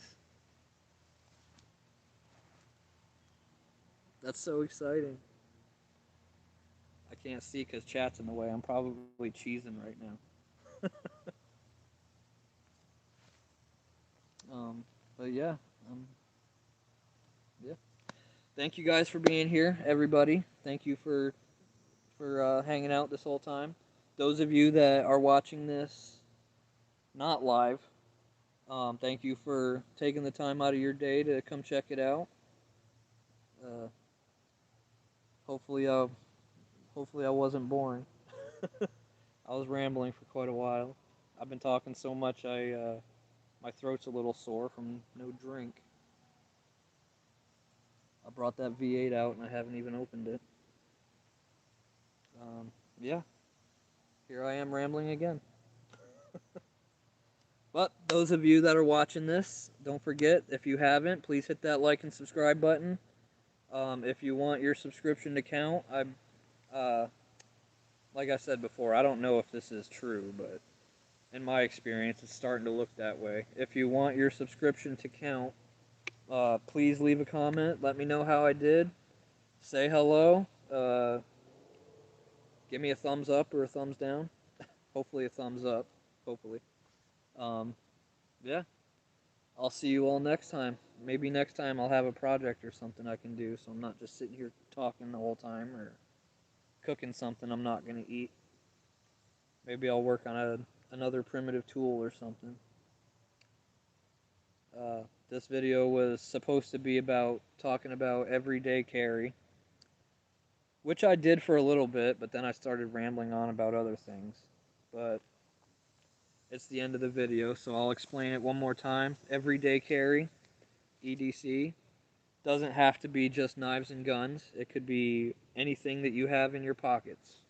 It could be your phone, your wallet, and even you are a survival item.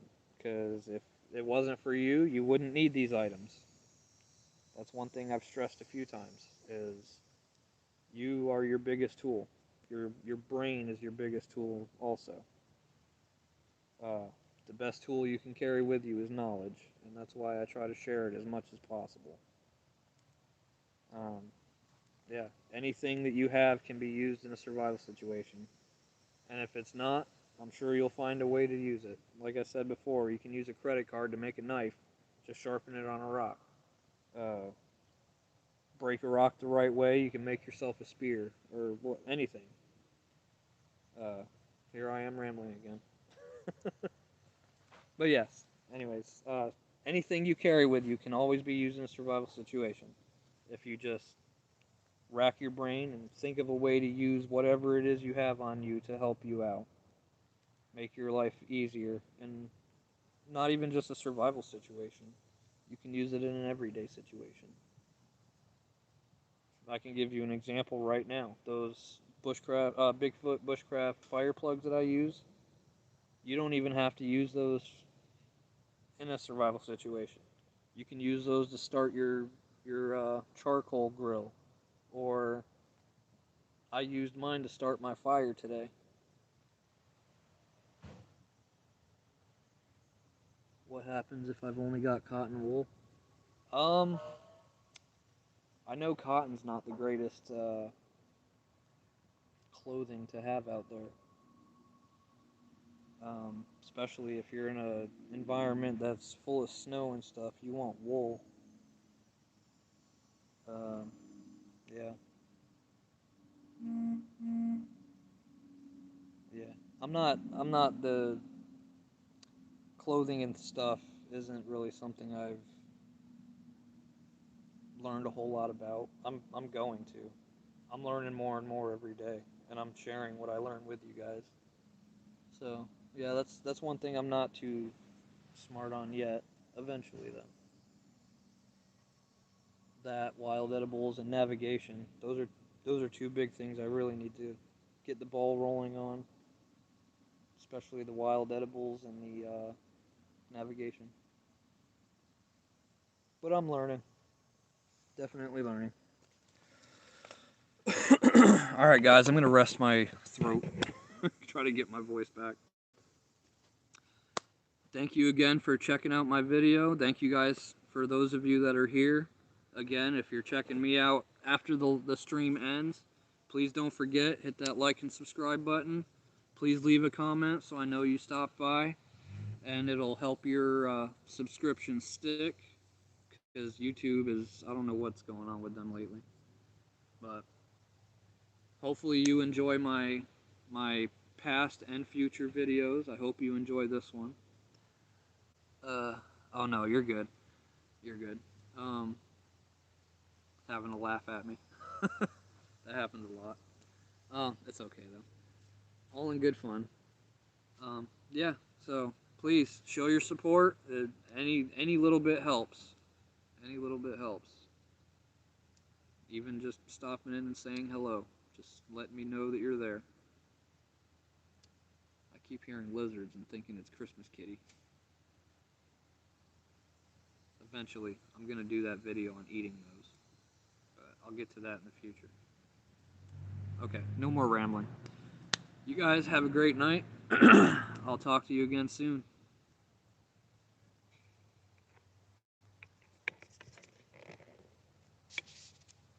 Yes, got 200 today. That's amazing. I'm so stoked. I'm so stoked. But you guys, I'll talk to you again soon. You guys take it easy. And thank you again for moderating for me. Have a good day.